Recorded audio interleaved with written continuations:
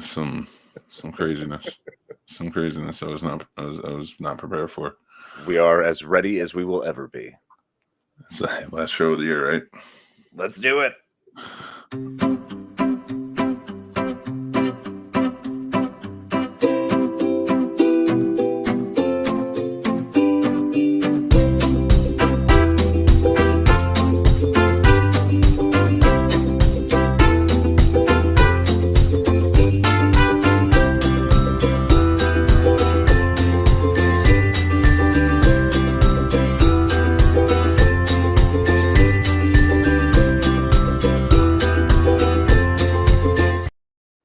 This 2020 for me in a nutshell.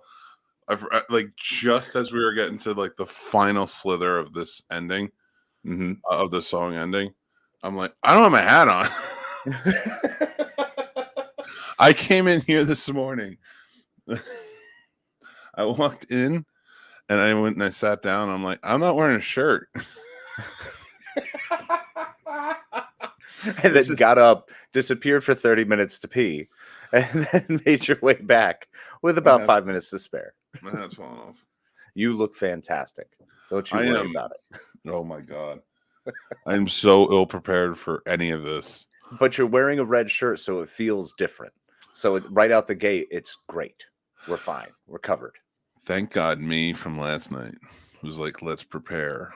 And I went and got a red shirt and put it on top of everything else. So I knew like I can grab it and go. It's amazing. That was a tough one. That was a tough one, Jason. You're rocking your red shirt. I'm rocking my favorite Christmas sweater I own. Yeah, stand up and let the audience see what you got. Let the people see. They need to see it. Yes. Ho, ho, ho. You gotta say it just like Hans. Hair. He says it in a way. Now I have a machine gun. He says ho, ho, ho in a way that makes you think he's never heard of Santa Claus before in his life. I imagine him being Mall Santa. Imagine Alan Rickman Mall Santa. Oh my God. What would you like for Christmas, children? Are you interested in a teddy bear? Perhaps a fire truck? He's just really shitty. Yeah. And he calls everybody Mr. Potter. You've all been on the naughty list. I have nothing for you. I think my favorite thing on the planet would be you have to go and see Snape before you go and see Santa. Just to tell you what a failure you were. Just be insulted. Did you manage to dress yourself this morning, child? He just looks at you, he's like, I was not in love with your mother. That's just messed up, man. Those poor children. So the kids would have to endure just some crap from Snape. And isn't it funny how everyone else, like Snape was such a jerk to Potter, and yet at the same token, he's the only one he respected and cared for and really was watching out for because of Lily. And yet that means he was a jerk to every other kid just because of that one child. So yeah, I think just Snape's attitude alone is enough for kids to kind of hate Harry. Yeah, that's true. But what about being the other kid that, like, after you find out, okay, he's a piece of shit, he's a piece of garbage. I say myself, he's a piece of garbage to every kid. Like, he hates all kids. Like, it's just who Snape is. But then you find out, like, and he's the worst to Harry. And then he's like, but then you find out, like, he loves Harry and he had to pretend to be that way. Yeah. Right? Like, just like you said. But you're like Hermione, who's always vying for everybody's attention. It's just like, well, then why is he a dick to the rest of us? Yeah. I realized that I just did your point. You did. It was nice, though, because you stretched it. What I did was, for the stupid people out there like me, I acted it out. You said it for the smart people.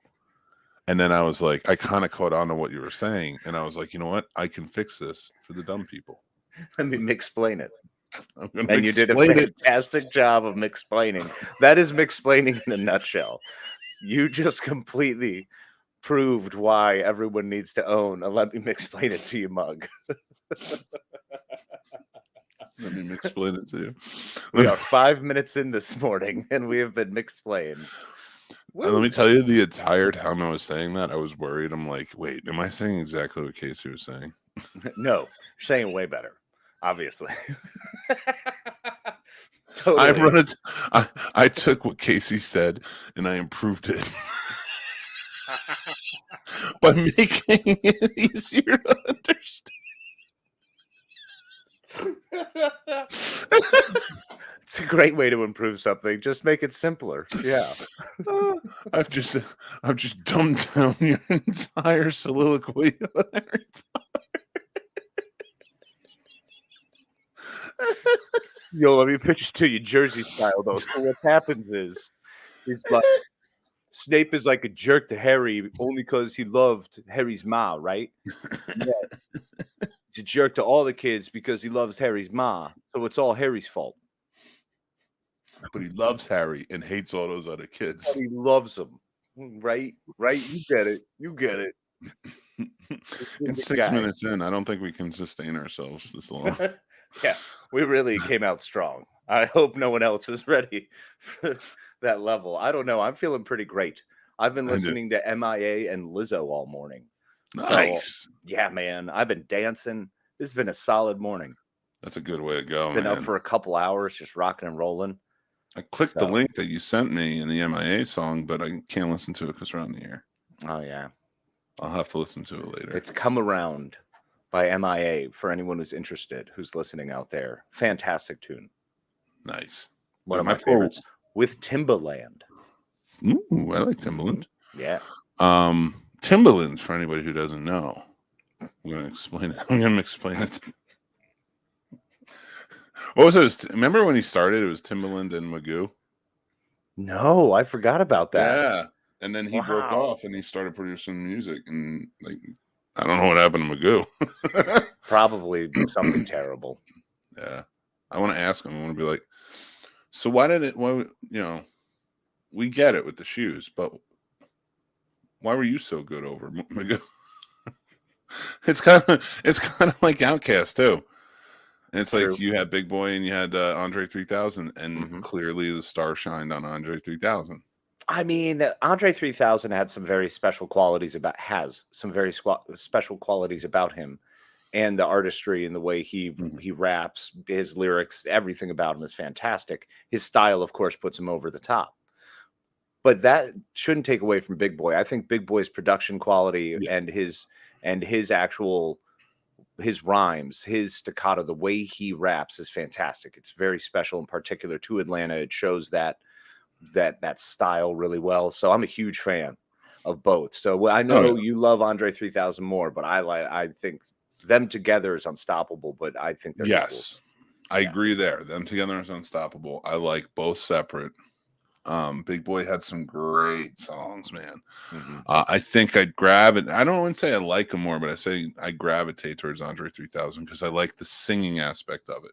That's fair. He had a unique, I won't say odd, I'll say unique way of singing. That very just much so, right. Yeah. Let's see who's here. Radar, what's up, buddy? Merry Morning, Christmas, Radar. Merry Christmas, buddy. We all may be degenerates here, but that's why I love you. Heck yeah. We love you too, buddy. Hell yeah. Paul's here. What's going on? Merry Paul, Christmas, what's up? Family. Merry Christmas, Stop family. Love you, brother. Just got off 12-hour shift, so won't be here long before passing out. Good. We're funniest. You're funniest when you're tired. So either you're waking up or falling asleep. That's when we're funniest. That's when you listen to the Snobs. Every time we drink a cup of coffee now, we're going to be like, ugh. Coffee is so Paul right now. It's weak. Let's go sleep on that. I'm drinking some tea, so it's different, but I have some very Paul tea right now. If we were Paul's lovers, he would roll over and fall asleep on us right now. It made more sense. The joke made more sense in my head. Yeah, it did. Because I am not getting that. I'm just seeing you and Paul laying in bed. And then he rolls over, and I'm like, well, I wanted to talk a little bit. Well, it's kind of hilarious, too, because his arm is like, doink. He's trying to roll over to this. You can't get away. My wife my is God. okay, I promise. Good morning from the land of ice and snow. That's same here Morning, in Virginia, John. man. Yeah, What's up, it's John? been slush over out my area. I woke up this morning and was like, "Oh, sounds like rain. Great." Stepped outside. It was like, "Are you kidding me? It's Is that still bad? slushy." Yeah, it's gnarly. I feel bad for my wife because we got the 2 dogs for the next 10 days. Mm-hmm. And well, we have a dog, I should say, and then we got another one we're watching for the next 10 days. And they have to go out separate because they don't start. So they're sisters. All right. Let me go back. Let me rewind this a little bit. Let me take the DeLorean back a couple. So I got these dogs, right? I had one. I did some experimentation. I've got 2. It's Well, when we adopted Reba, we also adopted her sister Dolly. Okay, I'm taking this long journey. We also adopted her sister Dolly. Look just alike. They're both girls, both same litter. But then we realized like littermate syndrome was very rough, so we had to rehome Dolly. So I don't want to give her name out, but Mary's very good friend from work, who she hangs out with and stuff, really wanted a dog. She took her, gave her a great home. It's fantastic. Well, she needed to go away for Christmas for 10 days. So she asked us if we would watch now Brooklyn, not even Dolly anymore. Her name is, she changed her name. So now Brooklyn. And of course, we were like, yeah, sure. Good absolutely. old Brook doll. Yeah. And it's now Reba gets along with every dog she has seen. She, even if the dog is like a little hot under the collar or something, get it? So, wait, is that where that comes from? I don't think so. But, okay. I mean, you can go with it. I thought I stumbled upon something here. I'll look up the etymology while you're weaving your tale. So Dolly, Brooklyn comes. She's staying with us for 10 days, and they get along, but they're so evenly matched in every aspect and way. Like they'll start play fighting with each other. Now, they always try to overcome each other, but they can't. It's just the way it's hilarious. It's like when you watch twins from an old like classic movie and they start fighting, but they're just too evenly matched, so it just ends with them like having to give up because like they keep hitting each other at the right time or whatever. Sounds about right. But when they go outside, Reba's kind of pissed because Brooklyn is taking over certain spots of hers. So when they go outside, but Brooklyn will try and come back in after doing her business or whatever, and Reba won't let her back. Like, you're not coming back in. So we've had to start. Long story short, too late. We had to start taking them separate outside. Okay. And now I just heard Mary go downstairs with these crazy dogs. And I do. The whole point of this is, it sounds just like that every time they go down. I don't envy her for having to go do this while it's raining. I'm still staying here though. Especially now, because I mean it's gone rain, sleet, snow. Did you get snow ever out y'all's way yesterday? Yeah, we got some. Yeah, we got it was about an inch, maybe not even. Okay, fair. It was no Michigan, I'll tell you that much. Yeah, buddy, they are getting swamped, and I am jelly. Yeah, and I all right. Here's the thing: I'm jealous of people who get that kind of snow regularly. Because I dig it and it's beautiful, but like when we get a really good snow here and I know I don't have to go anywhere and I prepare, I'm like, we're stocked, we're doing our thing. I don't want to go anywhere. Like it snowed less than an inch yesterday. And my wife's like, hey, I have to go drop off these cookies for an order. And I'm like, I don't want you to go. I was like, the whole point of why I set up for this is so that we were all safe inside. And she's like, well, I have to go do it. And it's raining and it's not even, ice or snow anymore on the ground. I'm like, I know, but I have prepared for this. So you can't go. So it's like, you can't go. But like, I'm ready. And you're part of the everything that has to be in the house for me to enjoy myself. So you have to stay here, wife. Yeah, that's right. I get it. That actually makes a lot of sense. Yeah. Yeah. Like, honestly, I was trying to like lure you over too, because I was like, let's keep Casey safe. You did, yeah. Like I was is that creepy or bad? It's no, not at all. It would have been awesome. Everybody safe. Yeah, surround yourself with all the friends and family that you want and be like, nah, these are the people. We're going to have fun. And we get to stay here. You have a reason to stay in. Like, That's great. Her aunt was visiting us the past few days, and she left yesterday because she was like, I gotta get back to Jersey before it's, if it gets any worse or anything. And I was like, no, you're safe here. It was like an episode of The Walking Dead. Like, you're safe here, though. We have food. Carl, you can't go anywhere else. Nowhere else is safe, Carl. I love it. I get it. Let's see what everybody said. Okay, so John said, did Casey just explain explanations to Mick? Yes. He had to. Like, that wasn't even, like, listen, I understand when women are like, God damn mansplaining. Like, you don't have to explain it to me. I get it. That was a certain scenario where it was like, you have to. You just got to throw it into the wind there. And it was fun. It worked out well. And I feel like we all gained something from that. We did. That's where we are. Weather report today is Michigan somewhere. We're gonna do a Michigan. You should do a Michigan one. Well, I've got to do a driving report. Well, it's a special driving report today. Ooh. Yes. I have chosen a very fancy spot that I think people will be excited about. We'll be hitting that closer to the third hour. Yeah. Well, I was on Betting Bros last night. I saw. Yes, you were. And yeah, you can take a cocaine bear, but doesn't resist a little bit. So I was on Betting Bros, and Tim started using. I guess there's this sports meteorologist that's around now, Kevin something, and Tim uses them. Uses his layout or whatever it is, his reporting in his numbers that he puts in to figure out, points, spreads, and who's going to win and everything. The math part of Math and Smash. Yeah. So he was talking about him last night. I was like, you should get him on the show. I might even reach out to him on their behalf and just be like, hey, you should come on the show and do a segment. That'd be fun.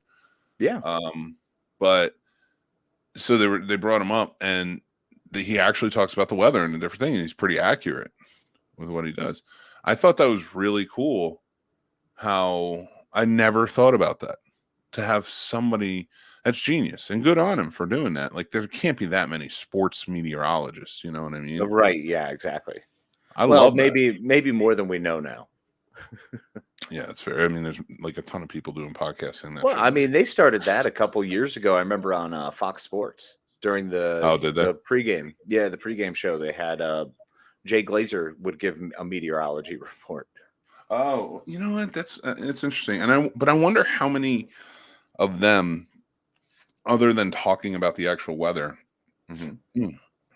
because we know as sports fans like how weather can affect, but we're not meteorologists. Like George. I mean, not professionally. No, definitely not. George G3 brought up a good point on during Betting Bros yesterday. He's like, hey, it's going to be a big snow weekend, so you're going to have a lot of running. And it's true. Like, when I talked to my son when he was playing football, and I was like trying to explain certain things to him and how even rain can affect how you play the game, because he's young. He doesn't understand that aspect. He's still learning the game, of course. Yeah. Like, I mean, you can't expect them all to pop out and know. He's 10. It's not going to just, it's going to take time, man. You don't know how to run the route because the puddles? The puddles? Puddles stopped you, boy? Dude, I changed. Keep him out back doing tires for like a whole week. High knees. I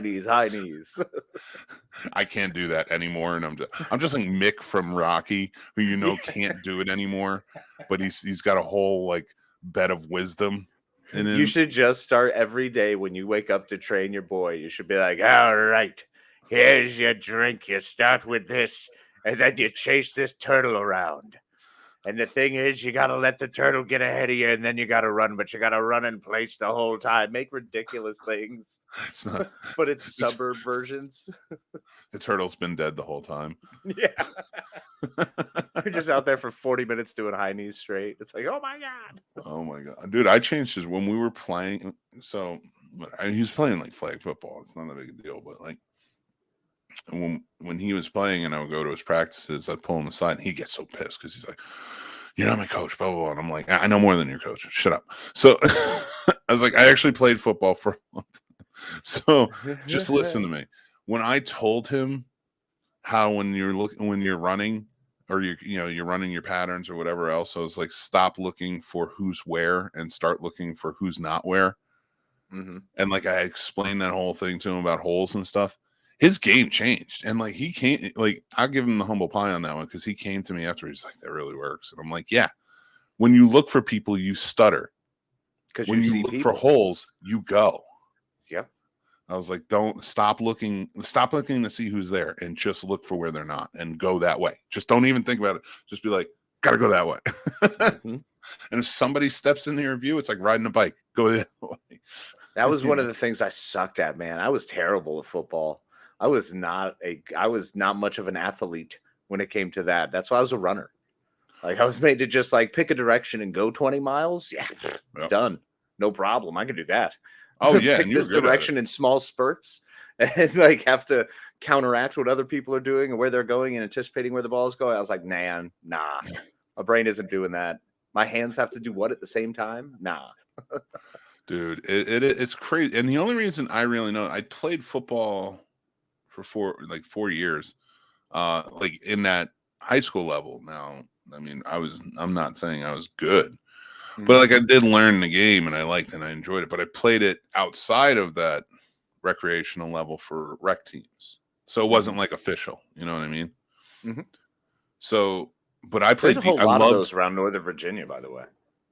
Oh, nice. Yeah, I've heard that they're around, and we'll see. I mean, football makes me nervous. I know a lot of people got hurt even when I played, and when you get your own kids, you're like, oh, there's flag leagues, man. I'm not even talking about hit. Oh, they have. Forget hitting. We're old. I don't anticipate. Yeah, don't get in the trenches anymore. No. Shoot, I didn't want to get hit back when I was healthy and young. And wait, you mean for me? Honestly.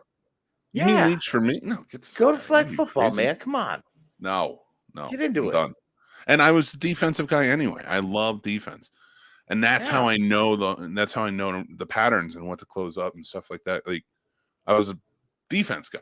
I did play tight end as well because we didn't have enough players on our team, but and I was okay there. But I was like, I'm not interested in scoring the touchdowns. I'm interested in stopping you from scoring the touchdown. I was like, defensive end. Let's do this. You want to make the big hit, nail the quarterback. Yeah. Oh my God, nailing. Of course, if you're a Giants fan at our age, LT was one of the people we emulated as kids growing up on the, out on the field getting smacked around.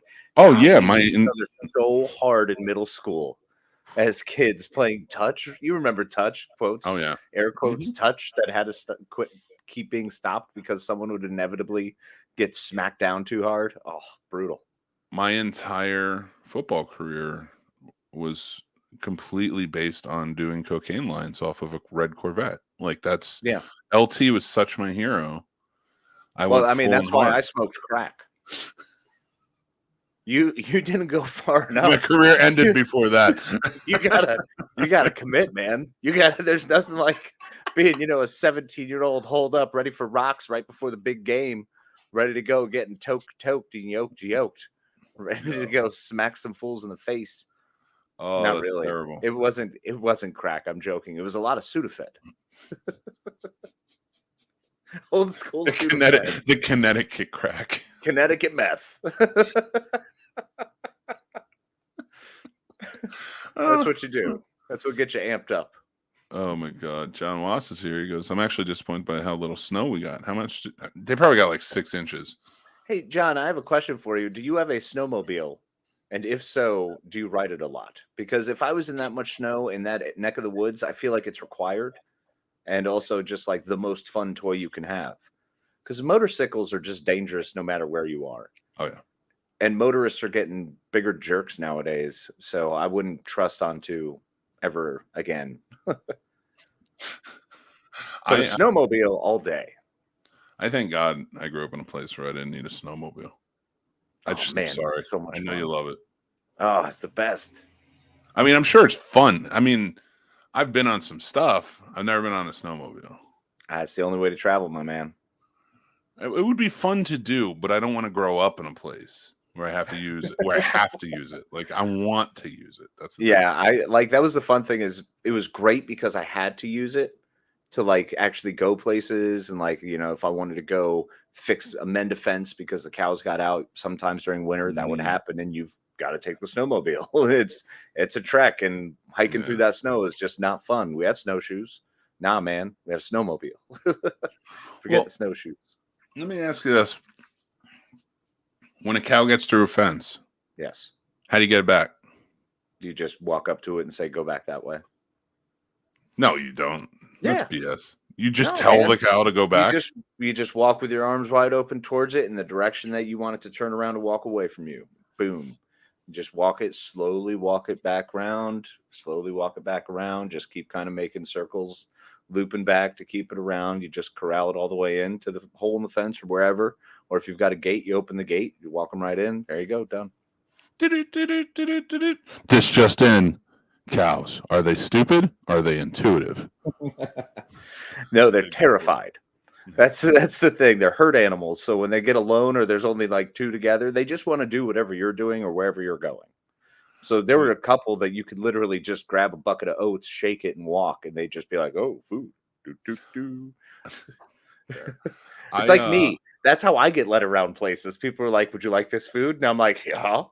Yeah, that's true. Casey does gravitate towards the kitchen when he walks in. Like, we could all be sitting in the living room, and he's just like, "Oh, what's over here?" I do every time in any house, in any place I ever am. I'm like, "Where's your kitchen?" I'm a grazer. That's what I do. I'm like, I just need to walk by, grab a handful of something, and be like, "All right." I mean, mashed potatoes, stuffing. I don't know why it went all Thanksgiving, turkey. Yeah, you didn't even come over on Thanksgiving. Yeah, I did. Oh, yeah, it's weird. I spent Thanksgiving. What are you talking about? Oh, you weren't there. Where was I? You were upstairs showering. Oh, okay, that's right. I see. I get lost sometimes. Maybe I'm a cow.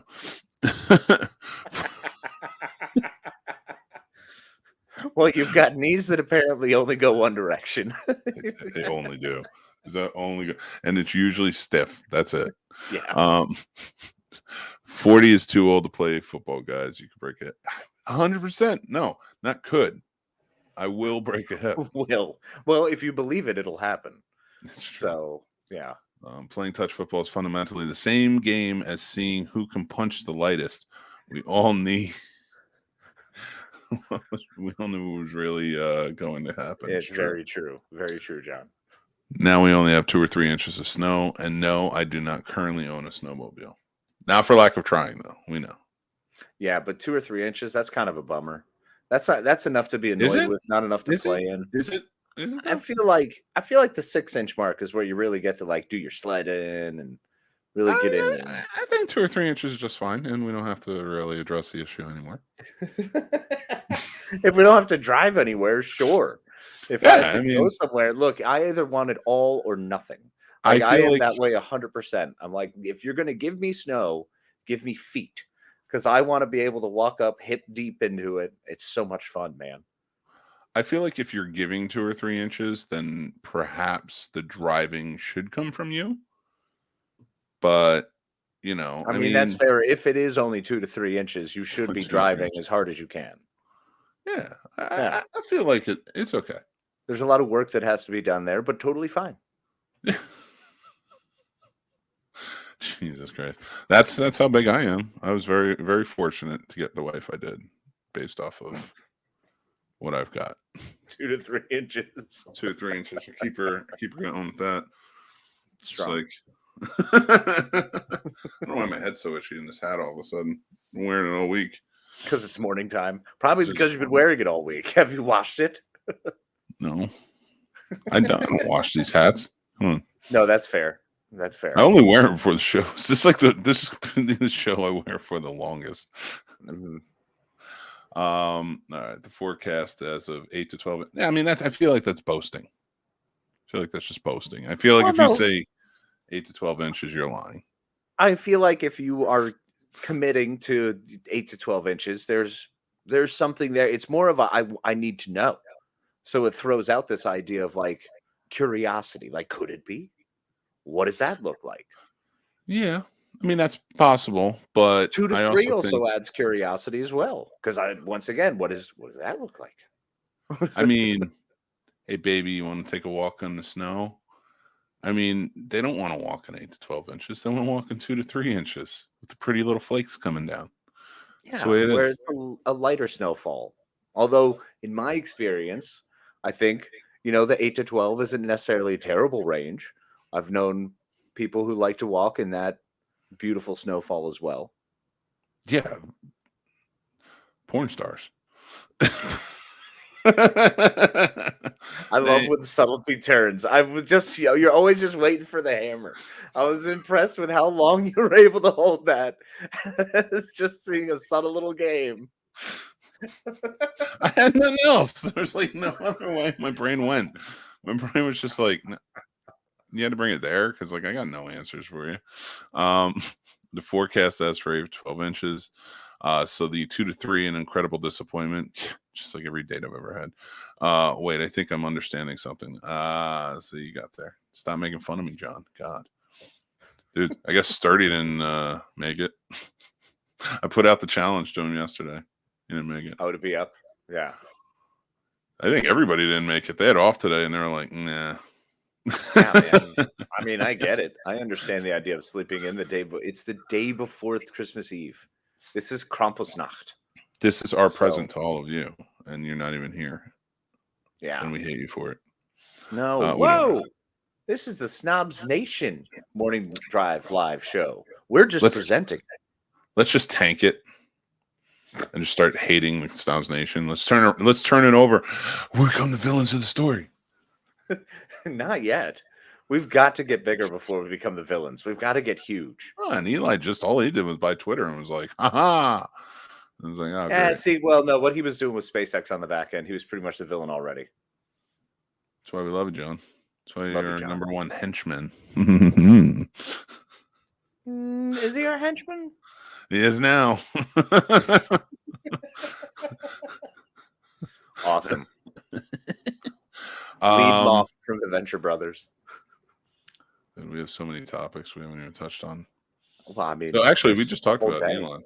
That was one of our topics. So did you see what Elon put out? So I saw the poll that he did. I followed that.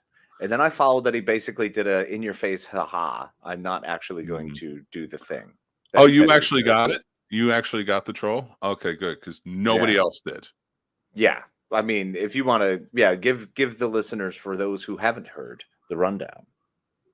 No. What I'm saying is everyone else, when he trolled the hell out of everybody. So, okay, yeah.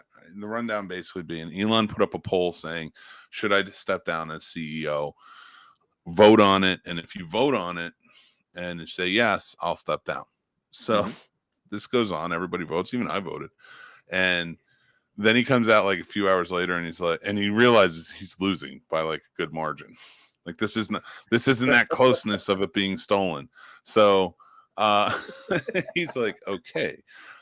He comes back on and he's like, only people who are subscribed to Twitter Blue can vote in official polls. And I'm like, I was like, I knew this was a troll. I knew this was going to be a troll. Good for him. I don't care. So then after he realized he still was, after he counted just subscriptions only, still lost. Fantastic. Still lost. Fantastic. He comes back out and he goes, all right, I heard you. I will retire from CEO as soon as I find a worthy replacement. And I'm just like, yeah, you just trolled everybody on Twitter. You're adding gasoline to this fire, and it's working. Yep. But he's getting exactly what he wants out of it. Oh yeah, but then there's these idiots who are reporting on who would be a good CEO replacement. And I'm like, you don't get it. You really don't get it. He didn't spend $44 billion to give up. He loves what he's doing to you all, and you're eating it up. This is what he wanted, and people are still there. People are still on it. Now, numbers are dropping, obviously. It's crumbling a bit. It's definitely falling under the weight of its own BS. And I think that's the same thing that we've seen happen with Meta. It's a long, slow death because so many people are still involved. So many people are like, oh, but I have all these contacts and all these things. It's so hard to get off it. Like, me. I'm one of them. I'm staying. I'm the problem. It's me. I mean, I'm the same way. It's a vehicle. It's a driver. It's something until I find something that has a platform where I'm able to reach the amount of people and the actual people that I want to reach is the other thing. I have all these connections, and I like having my old Rolodex to go through and be like, "Hi, old friends." It's nice to you think of someone from a long time ago, and you get to pop in and have a conversation. One of my old Air Force buddies, I get to reach out to him that way. So it's nice to do that. It's difficult to get off of it. So I understand that. Twitter, I was never a huge Twitter guy. So Twitter to me is come and go, whatever, c'est la vie. But all in all, the socials are difficult to break from. And honestly, like, I mean, because we do this and like we use all these platforms to, kind of go through everything and whatnot, and to promote and stuff like that. I don't care. I don't care. Like, being on Twitter is not going to destroy me. Like, if it crumbles, so I'll go down with the ship. And I'm like, fine. So if it's just not there anymore, like MySpace, fine, whatever. Like, God, and the MySpace resurgence, I'm so bitter that it took so long to come back. Well, I love that Tom came out and said that I'd make a good CEO. It'd be great. I'd take him. I'm taking the hat off for a little while. It's very hot in this closet right now. Let that beautiful head breathe. It does need to breathe. I'll roll that beautiful bean footage. I shaved my head, so I came to a coming to Jesus moment, a Mick coming to Jesus moment, because whatever. But Mick Jesus, Mick Jesus, I had a Mick Jesus moment. Jesus and I are a lot alike in many ways. I'm just seeing this. Oh wow! Oh no! I'm over here thinking of a Mick Jesus platter from McDonald's with wine in a cup. Well, grape juice. And crackers served on 2 sticks crossed together. Yep. And yet here you go. How about the similarities between you and the great carpenter? That's not one of the similarities. No, not being a carpenter. And you are a bit of a teacher. Well, and I'm incredibly humble and kind. Whoa, buddy, your humbleness is your number one quality. I believe so. I mean, I sit here before you all humbly saying how humble I am. And Absolutely. I appreciate that all of you realize it in such vast ways and amazing ways. I'm like the Avatar way of the water of life. I'm beautiful to look at, maybe a little hollow. Super blue. But I'm going to be the most successful thing of all time. Bluiest blue that ever blued. I'm not the dick at all. There it is. 91. I was wondering, because we've got to figure out, we got to put this money together, first of all. Dick doesn't count. What? It's not a curse. Dick isn't a curse. All right, fine. No, we got to go the hard ones. Or else we'll be here all day. We'll be here all day. All right. That's fair. But I'm still keeping us at 91. I feel like one of us let one slip at some point that possibly just flew out, no notice. You have to keep track. I can't keep track. I don't remember. I've got it. I'm okay with being a henchman. It's better than being a minion. Yeah, you're definitely now you've been downgraded, sir. You talk back. No. It's tennis. No chance that you're ever going to be a minion, John. I prefer minions. No way. Running around. Henchman. Well, he's already a master in one of my iterations with John, so I have to meet in the middle somewhere. It seems like most platforms squash the reach of any post that links to another platform. They all want you to stay on their service, ignore the others because the users or the product are being sold. Well, that's true. I mean, but that's any company. Your local coffee house.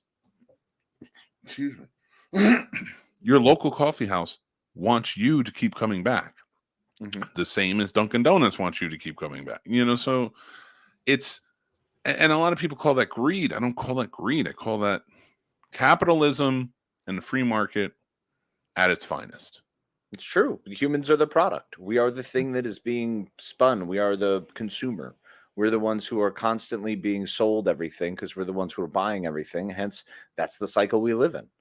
Period. Dot. Full stop. That's what we are. There is, that's why self-sustenance is a phenomenal thing if you can do it. And you know what? either get with the program. Oh, get off the rails. Sorry. No, I wanted to be Mick for a minute. Oh, that's fine. You should. That was perfect. Either get with the program and stop bitching about it, or you can go fucking. No, I'm just no, or try something different. But I guarantee you, what else is out there right now doesn't work. Right now, you get to choose whether you're doing that. Like, he's coming back, everybody. Don't worry. He told me he was going to do this. So you get to choose where you go to eat. You get to choose where you go to drink. You get to choose what you buy, what you consume, what comes in, all this stuff. You get to choose. So when people are like, we don't have the freedom to do whatever we want in these businesses. Like, all right, let's break this down. Let's break this down the right way. Let's break this down the right way. Okay. You know what really grinds my gears? Let's take Twitter, right? And let's turn it into a brick and mortar store. Okay. And you guys are all about it. And you want to go and get what they're offering, you know? Even if it's just like a space to work or something. They're like, hey, all right, here's the deal. You can come in here and work here, use our Wi-Fi or whatever. You can choose to go there. And if you don't like the atmosphere, you cannot go. But you can't burn the building down because you don't like the atmosphere. That's where why don't I, and then scream, why don't I have the freedom to burn the building down when I don't like what they're selling? Would you like it if somebody burnt your house down if they didn't like you? No. So shut your mouths, be on it, don't be on it. If you are on it, it's okay to bitch however much you want. I will take the dollar on that. It's okay for that. But if they kick you out, deal. Oh, well, you don't have a right to use Twitter. You want freedom of speech. You have it. Yeah. But that doesn't mean you have the right to a platform for that speech. You got to earn that. Especially when it's a business. Especially when it's a business. So it falls under corporate law and under corporate rulings, which do, unfortunately, due to some screwed up rulings, make it, unfortunately, corporations are treated as people in certain environments when they're sued against. So it's screwy in there. It's a little touch and go, but the entire idea is if you don't want to use it, don't use it. You have that power to walk away from anything and everything. That's the wonderful thing about life. You have free will. You can do the thing. Nothing is really stopping you. You are the only one stopping yourself from anything and everything. Like, am I supposed to not live in Virginia, which I love? I may not agree with politics or certain thing, but I've gotten to a point where it's like, and I'm not getting into a political conversation, I promise. But what my point here is, I love living where I live in Virginia. Okay. I love this area. I've lived a lot of places in a lot of different states. And I fell here and I was like, I love this. This is where I want to be. You know, it wasn't like, hey, I've lived in LA. So the whole, like, why don't you move to LA if you want to do this? I don't. I want to do this where I want to be. That's the whole point. Exactly. So my point is, Trump, who I do not agree with, and I have talked about this, but I don't hate people who may have followed him. I'm not saying like the extremists, but like I do know Republicans and stuff like that. And I don't hate anybody based on what they are, unless you're just the evil person. And I know plenty of them too. So my point being, I promise you, I get around to it. It comes around. We'll get there. I still have to find it though. So just bear with me. There's a couple lily pads he's still hopping to. He'll figure it out. Yeah, sometimes you got to jump to a lily pad a little bit off the beaten path, but that's one of the safe ones. So bingo. Jumping back onto the point, my point being, Trump during his election, and even like in both elections, he was around here a lot. He was always talking at like farms nearby and stuff like that. Am I supposed to move out of Virginia because this guy's occupying the same space as me? No. So my point being, there may be people who disagree with you. There may be people you don't like or whatever, occupying the same space with you in social media.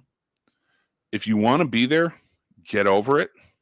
if you don't and ignore it and move on and only focus on what you want to focus on that social media, and shut up. Just shut up. Or get off of it. Just get off of it and go somewhere else with more like-minded people. I'm on Twitter. It's a cesspool. It has on many occasions shown me how much of a cesspool it is, just like it has all of you. But I'm on it, and now I don't watch that stuff. I don't focus on that stuff. I focus on the stuff I want to be there for. Mm-hmm. But I don't think Elon owes me anything for me to be on his product. Yeah, I see that. Absolutely. I think considering how huge some of these communities are out there, I like being able to reach out to my communities that I'm looking for. Like when I do want to dive deep, I look at Star Trek stuff, like I look at the things I like and that I want to follow, or certain sports teams. Like if I look up Bruins stuff, you can really focus fire on what you're interested in. You don't have to get lost in the muck and mire of all the crap and just doom scroll to the end of time because you're bored and you're not doing anything else. Then get over yourself, find something else to do. Put it down, Yeah. I mean, that's the thing. I think that's where we've gotten lost in a lot of ways, people in general, because we've, and I think this is where even younger people are a little misguided, because social media does, especially to them, feel like it's the right because they grew up so ingratiated in it from a very early age in some way, like playing Roblox or Minecraft. That's a form of social media that you're doing with others, and then like getting into the Facebooks and all that stuff. And it's the reason these scandals go away so fast, even faster now than they used to. It used to be like 6 months a scandal would last. Oh yeah. And even before then, when it was in print, it was like a year or two scandals would last. And you just had to hide for that long. Now you have these they last like a week until the next scandal comes up. But I mean, that's just the way we are as Americans over the last, strike that, as humans over the last 2 decades. We have dramatically decreased our concentration time. Like we've dropped so far in how much we're willing to actually watch and pay attention to one thing. It's terrifying. Well, So, I don't even think it's that we dropped, though, necessarily. I don't mean to cut you off, but I don't even know that it's that we dropped. I think it's just too much. There's so much of it at this point. You really have to either stop focusing on something, on one thing, or it's just everything will consume you. So I think you have to put things that are older out of your head quicker. I mean, I see that, but that's also a mistake. If we're not learning from the history, if we're not paying attention to what's happened, if we're not seeing the patterns of going, okay, well, this has already happened before, not all that long ago. Like these are things we can see. It's the value of good information versus bad information, I think, is where that comes down to too, is what you're willing to take in. When you're taking in so much of both, that your dissemination ability is gone because you're just pulling it all in. Yeah. And it kind of creates that same deal where it's so much going on that it's overload. So that's the other reason that you're right. We get rid of these things. We forget about these sort of salacious things that have happened, or these strange topics, or finding out this person, assaulted this person, and then we don't hear about it again until, a resolution almost 2 years later. So, yeah. But I think, honestly, I kind of think that's what you need to do. In my humble opinion, I think because of the amount of information that we have, and because nobody's learning from history, which we should be, I do agree there. We absolutely should be. That's not up for debate. But because we have older generations stepping in and trying to change history, which they've always done. Every time, because they're embarrassed about something they did or something they grew up with, and they're like, "Oh my gosh, I wasn't really that person." Honest, just forget that ever happened. But there's no acceptance of it. It's just that was a different time. I remember that always being a major excuse. You wouldn't understand that was a different time. Things were different, and allowing yourself to be a product of your time is not being an individual. I mean, we're watching it unfold. Unfortunately, we're at a precipice right now. We're watching it unfold completely in front of us. Like take critical race theory as just as a standpoint. Mm-hmm. We have older generations desperately trying to shut it down at all costs. When they don't know what information. it is. They're not saying, I mean, they are saying, I mean, idiots are saying, but like critical race theory and the idea of teaching it isn't saying that it doesn't exist. Mm-hmm. Right now, the biggest fight for it is we don't want you to know it. Yeah. You know, and that's really what it is. Yeah. That's the scariest part is we don't want you to know this. We don't. But that is how every government forever has always operated. Yeah. And it is so easy now to operate that way because now they can control the mediums, things like that. You need. And they've tried to do this for years with banning books. They're always trying to control the narrative. You know, Good Morning Vietnam is a great showing of that controlling. That's a very small microcosm of it, but that controlling the narrative. Yeah. Oh, 100%. And, you know, you get down to it and now we're at this point where it's too much. Like they can't sustain all of the information that comes out. They can't control it. That's why it's so desperate to control it in schools. Mm-hmm. Because they know as soon as these kids grow up, you can't control what's out there. They're going to find it. Yeah, they're going to see everything. And I think that's where the cycle comes back around. And now these kids are like growing up, and they're so annoyed by what they're being told that they're not allowed to learn. Mm-hmm. I think that's where they are learning it, and they're looking it up for themselves. Mm-hmm. And that's going to come back hard. That snapback effect. I'm really excited about this one. Because whenever something goes one way, whether it be social justice warriors, whatever it is that gets stretched out too far, too thin, goes too crazy, goes a little too long, and then there's always that snapback effect. Like, I mean, think about Catcher in the Rye. Went from being a banned book to then mandatory reading. You know, I think that's a really interesting kind of way things have changed, and that specifically altered in that manner. And I'm excited to see what's going to happen with the backfire. There's always a backfire. I still maintain that book is only as popular as it is because they banned it. Oh yeah, no, it's not a great book. It's not. I mean, it was a decent story, whatever. Salinger's fine. I got no problem with it. That's just it. It's fine. Yeah, but banning the book and making it so hardcore and then making it that type of reading and then all the serial killers that seem to gravitate towards that book for some reason. Well, I mean, I know why The Cage Bird Sings was banned at one point. And, you know, that was a great book. I love that. That is a really great book. Yeah, there's a lot of really fantastic books that were banned. And it's like, what? I mean, some places banned Shakespeare for crying out loud. I know. It's ridiculous. And it all depends on taste. It all depends on what people want to push or not. It's people's decisions based on who they are and what they think is best. It's not, you know, it comes down to person. And that's a screwy thing because one person generally isn't always right for everyone. You know, we always say different strokes for different folks, or how can you judge someone unless you walk a mile in their shoes? Like, there are so many different adages and so many different idioms that have come out through the worlds, through eras, that show that we respect the difference in who we are. And then certain people who are in positions of power disrespect that. And it's only going to blow up in your face unless you can create a totalitarian regime, which is what some of them would probably like to do. It's just never going to work. We're a free society. We're open, like it or not, deal with it. When people look at you and go, well, you're not American, get out of America if you don't like it. Well, we're freedom, baby. If you don't like it, get out, you know? And it works. Two sides to that story.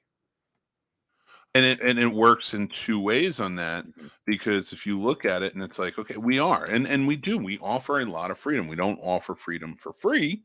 Mm-hmm. There are things you have to do in a society to taxes, help build. Baby. But I wasn't so much talking about the taxes, but sure. But like, there are things that you have to do, and taxes is one of them, of course, to maintain this being a country that works. And it's not the system itself that's broken. It's the people who run the system that are broken. Mm-hmm. And you know, that's where I think things get bogged down. It's like the whole system's broken. We need to rework it. No, if you worked it purely in the right way, it would work for you. Yeah. But we keep putting people in charge who don't want to leave power, and they just are destroying everything based on that because they want to corrupt the system. Mm-hmm. That's the problem. Mm-hmm. And that's where we need to fix it. And this younger generation, because remember, like, the whole point, the Christian values are what controls the narrative in this country for so many years, and even to this day. We were raised as a puritanical country, so I mean, there's a reason for it. We're we were the religious freedom state. So, but of course, it was all forms of Christendom. But yeah, same thing. But I think the reason that we see so much being pushed now, like, you can't teach this, you can't do that, you can't do this, you can't do that, and we're seeing freedoms plucked away, is because that grasp is lightening, and kids are getting older, and they're like, no, like, this isn't going to happen. So they're finding the information for themselves, and 20, 30, 40 years, that ain't going to be much of a grasp. I'm not saying it's going to be gone, but it ain't going to be much of a grasp as much as it is, because people are going to start dying. They're going to have younger people filtering in with their views and stuff like that. And it's all cyclical and all comes back around. And that's just the way it will be. Yep. And you kind of go along with it. And we either are going to be the generation that digs our heels in and stops and prevents the growth, or we're going to be the ones who propels our young and goes, you're right, you're doing great. Hey, better than us. Keep going. That's the whole hope. The whole hope for me is for my daughter, by the end of the day as a parent, is for my daughter to do better than I did. Oh, yeah. I need to prepare her to do better. That's it. So if the younger generation is doing better, why would you not support them and push them forward? It's because people are terrified of losing power. No, I for one, I think our generation, the Zennials, Millennials, are at such a point where we don't have much passion. Like, we get upset, we complain a lot. We are a very complainy generation. Not as much as Gen Z, man. Gen Z was complainers. Gen Z doesn't give a shit. Gen Z's pissed, and I don't blame them. Yeah. They're like, what are we getting here? What are you doing? You don't want to give up power. You don't want to give us. I don't think they're complainers. I think they're fighting back, and that's what we saw. You think? I hope they are. I hope it's about damn time. I loved that message during 2020 when the kids stepped in and were like, we'll just take care of it. You guys have screwed this up enough. Don't worry about it. And I think that's where we're at. I think the Gen Z is just like, let's just take over. Like, because it's just getting annoying. Oh, not Gen Z, or sorry, Gen Xers. Or who I'm talking about. Jesus. Gen Xers are the ones. Sorry. Yeah, I flipped them. My bad. I'm actually so okay with the Zs, the millennials. Well, I'm technically a millennial. So I'm a cusper. I think we're called Zennials. We're Zennials, yeah. 82, 83. So whatever. But also close enough to Gen Xers to be able to do exactly that, the whatever. Like that sort of meh. That's why we're just going to hand it to Gen Z and be like, you run things. You tell us what we need to do. And that's just how it is. And you're going to have all walks of life there, but I think you're going to have more of a base where it's like, we got to write this shit. They really screwed things up. We just need the power. But yeah, due to misinformation and, having our news media controlled through maybe different get the crypt keeper out of office. It's all money. It's all money. All the rich people are in control, so they get to control and say whatever the hell they want to be said. So you've got to research. You got to dig. Yeah. And I understand the term research is very different for different people. There's obviously scientific research. There's actual medical research. I'm talking about just getting online and digging through many articles to get to the point where you actually find the subject matter that's being discussed and then make a decision for yourself. Yeah. Stop complaining about things that don't exist, like Pizzagate. Yeah, and start realizing that Bill Clinton was actually on Epstein's plane. There you go. He went to his island. Yep. Start focusing on the right things. I fuck Bill Clinton. I can't give a shit about Bill Clinton. I don't really. I really do. Like, either. I've been alive for 40 years now, and like, fuck Reagan too. I'll say it all. I don't care. Add up the dollars. Like, they all suck. George Bush Sr., he was a great guy.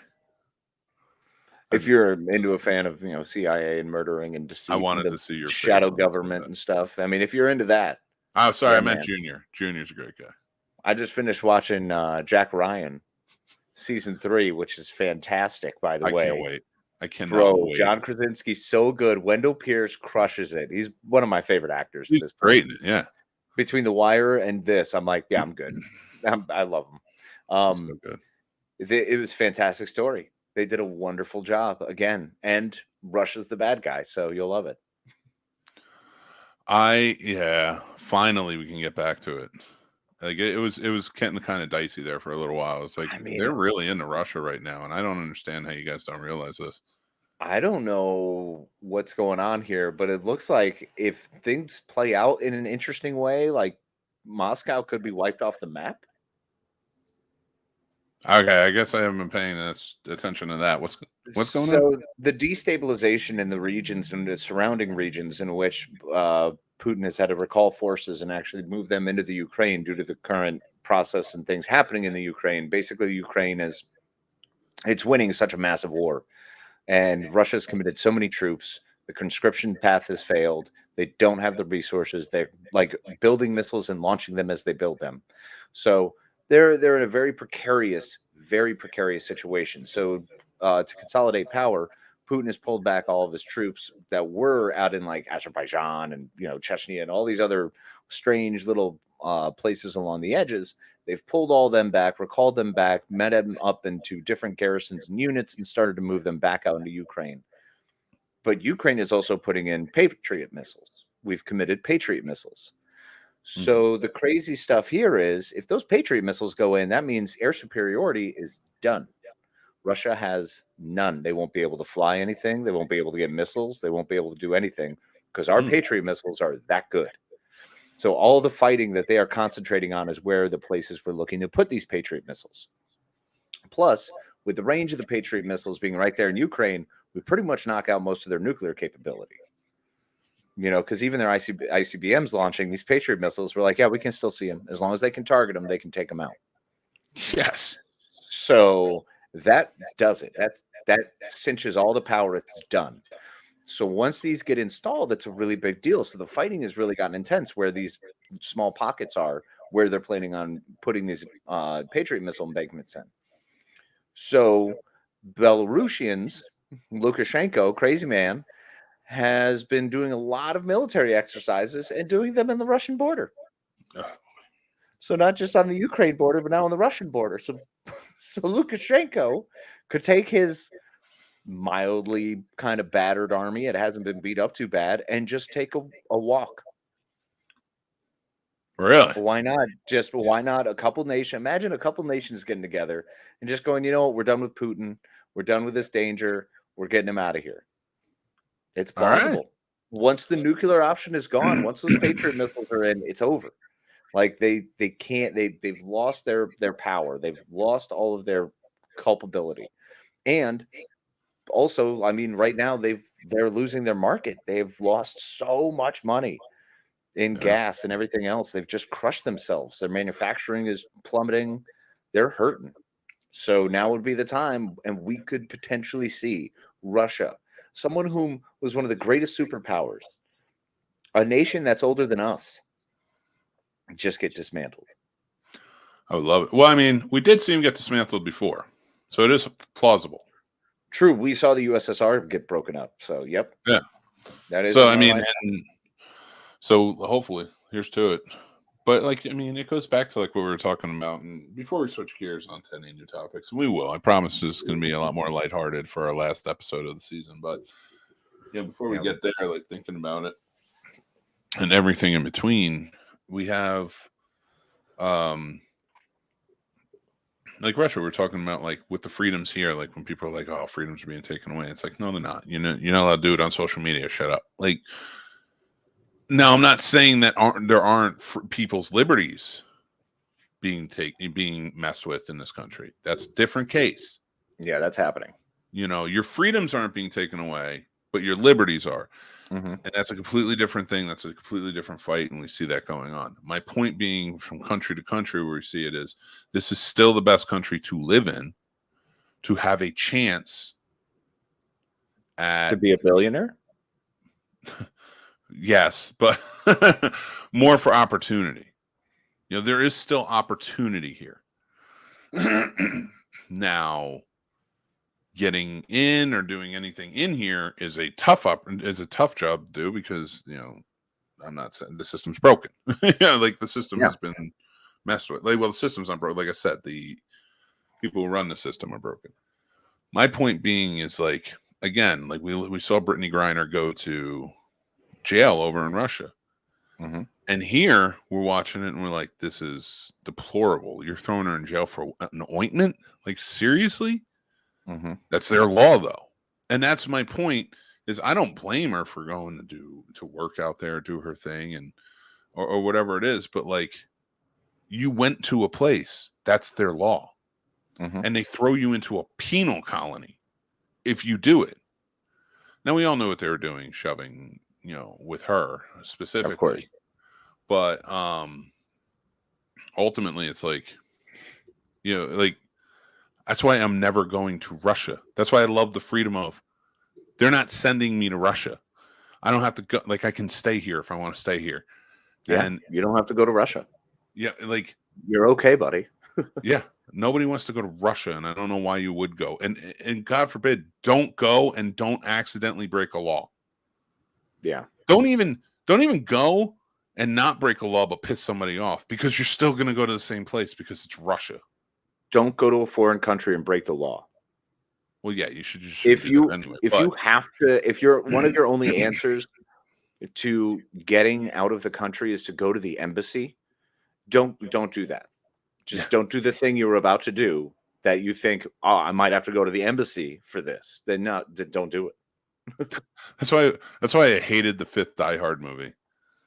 When they go and they, like, destroy everything because they're beating up the bad guys. You're not going home. They're not letting you go home. That's not how this works. They're going to keep you there forever, and you're screwed. Ugh. It's the way it is. Dude. Oh, man. Yeah, just don't mess with that stuff, man. It's not smart. I don't know. For me, I watch this and I'm like, I don't know. How do you go to that country? How do you do it? Like, I mean, listen, there's beautiful sights to see. It's the world. The world has beautiful sights to see. Yeah, absolutely. And I'm sure, and I would love to see what the Kremlin looks like. I would, because it's interesting. It's iconic. I want to go there. Yeah, I want to go to St. Petersburg. Yeah, I'm never going. It's never happening. I might when it's no longer Russia. Never. If that were to happen. I will never not believe that it's dangerous. I mean, that's fair. It might be worse, actually, when it's destabilized and, like, a whole new regime. It could be magically turned into Candyland, and I'm like, nah, diabetes. Nah. I'm not going. Now, is there still a Siberian Peninsula? I'm out. Yeah, I can't do this. I'm sorry. Yeah. Yeah, I mean, I actually really sad. One thing that I just read in the news is about the girls, the Afghani girls, who are kicked out from going to school again. So Taliban canceled all classes for all women. So it's so crazy to me. Yeah, it's awful, man. It's like miserable. It really is. Like it's. And, like, listen, there's people who can't decide where they live. Like, and it sucks. It really does. More reason why we should be like, oh, thank God we're not there. That's one takeaway. Yeah, no, I mean, that is fair. I know it's callous. I know. I understand. Well, we won the birthing lottery. Who knew we were supposed to wind up here this way? Who knew our parents were going to hump and wind up, creating us and then being wherever we're from? And there's plenty of people in this country who are like, listen, guys, it ain't that great. Sure. And I get it. But right now, it's still their best option. I still see Canada's pretty strong. Nah. Strong Canada's going to mess up one day. One day. One day they're going to screw it all up. And they're going to France is really cool for protesting. If you want to protest, they love protesting. It's a lot of protests. Yeah. They're all about it. I mean, it's in their constitution. They're like, look, we would rather you be angry and let us know now than wind up with another bloody revolution. Just saying. We know we're passionate people, so let's just get it out of the way. Yeah, but we're not mentioning how they've come to this conclusion. Well, because of the guillotine. I'm saying they've already done it once. They had the bloody revolution. They're like, we don't want that. So let's just, everyone, if you're pissed, step outside and yell at us. All right? Yeah. Does that make you feel better? Cool. Just yell at us. You want to take a couple days off? Just stand outside and yell. Yeah. Make some signs. Oh man, you know who's protesting a lot right now? Who's that? DC fans. Oh man, dude, these guys are getting crazy. This whole What? thing is nuts, dude. The severity of it is what kind of threw me for a loop, because I just do not understand the vitriol. It's toxicity in the fan groups, dude. That's honestly what it comes down to. It's just toxicity in the fan groups. It's ridiculous. It's annoying for one, Very. and you know, I like a lot of people were pissed off with James Gunn when he came out, and it was like, good on him, man. Like he came out and he was like, listen, we're not gonna let all your and he didn't say this isn't a direct quote, but basically, we're not gonna let all your complaining stop us from doing what we're gonna do. Yeah. Your complaining didn't work before, it's not gonna work now. Exactly. It didn't give us anything more. The Snyder Cut was fine. The fact that you voiced your opinion and you got something done, cool. The fact that DC listened when you said don't take away Doom Patrol and Titans. Hey, look, we've gotten some good shows out of them. You know, at least they didn't cancel them, they let them finish. You know, we've still got another season of Harley Quinn coming. So they're okay. Yes, it has worked. Raising your voice is a good thing. But being really crappy, being really rude and hurtful, and putting other people down because you don't like the fact that they're taking away your Superman, who I agree, Henry Cavill is absolutely the Superman of our generation. Hands down, he's my favorite. Yeah, he's very good. But that doesn't mean that we don't move on. It doesn't mean we don't have another iteration. This is someone else's story. So you're saying that everyone else's story should be like that guy's story because that's the one we liked. Well, that's not freedom. No. And that's not artistic expression and artistic freedom. And you complained about so much that was part of the Snyderverse. And these same fans who are now clamoring for the Black Adam, which was still in the Snyderverse, you know, it's still all part of that. They're clamoring for this movie. And yet, no, we need a new direction. Peacemaker is fantastic. Suicide Squad is great. Let these people do what they're going to do. Let the new phase take over and get out of your own way. But DC is also they're rebooting themselves again, and they're destroying another world as they're rebooting again. What world are they destroying? It's something about the DC, the deceased. I guess there's like War of the Gods where they're destroying some other plane or something. It's weird. Oh yeah, because I knew right now they have Crisis. They have a new Crisis event going. That might be part of it. Okay, War of the Gods might be part of the new Crisis event. Then I might have that backwards. Well, they do have a Deceased War and Gods thing. I'm not reading that at the moment. That's why I'm like kind of like tunnel vision on it. But they do have a new Crisis event. What's it called? I can't remember the name of it at the moment. I have them all. I just have to go back and reread it. I haven't read them yet. I've just been collecting them. So when it's done, I'll read the whole thing. But and it's a huge level event. They're changing things up. What they're basically going to do is they're going to make the multiverse all exist. Everything exists. So every character, every storyline, everything all coexists all at the same time. Okay. This Crisis event's like they did the first one, and it's like, okay, we messed up. Let's do another. Seriously, man, that's the problem. Is I feel like DC has just smashed too many of these together. Too many changes, too many alterations, too many versions, too many swaps. I'm tired of DC, man. I just got to say it. I'm a little burned. I honestly flipped over to mostly Boom and Image comics. Yeah, I'm with you, man. I'm done, dude. I'm done. And the fandom over this DC stuff is just stupid. I can't believe how many people freaked out. Now, I think a lot of this is just fans being angry for the sake of Henry Cavill getting screwed over. Yeah. And I get it. And plus, they liked him in The Witcher, and he quit to be Superman, which they also liked him in. Yep. And now he's neither. But we don't know necessarily that he just quit Geralt because of that. I know he was already kind of on the outs because it wasn't the direct storyline. The way the first season was more what he loved. Second season started to get away from it. He voiced his concern. He doesn't really like it. Doesn't think Geralt should be these things this way.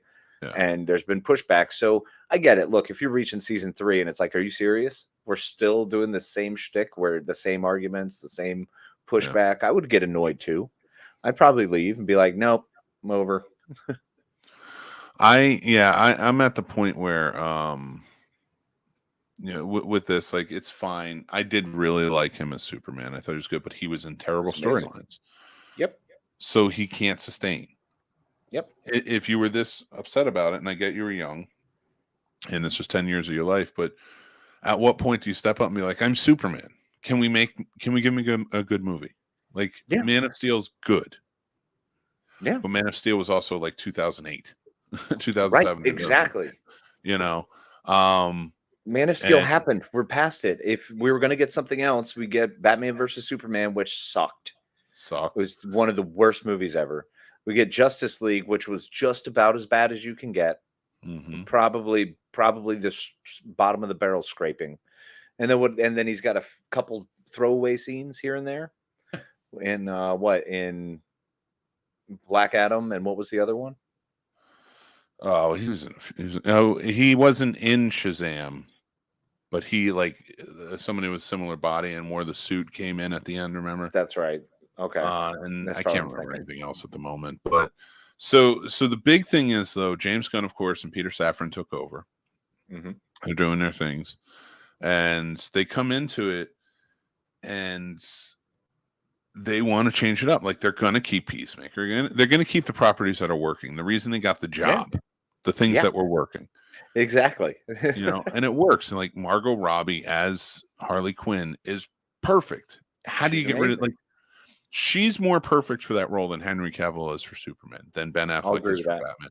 I only disagree. I think Gal Gadot as Wonder Woman was truly fantastic. And I hope she doesn't go. I was a little more blown away by her than I thought I would be. She was a lot better than I thought she'd be. When they first announced versus what she showed up with, it's phenomenal.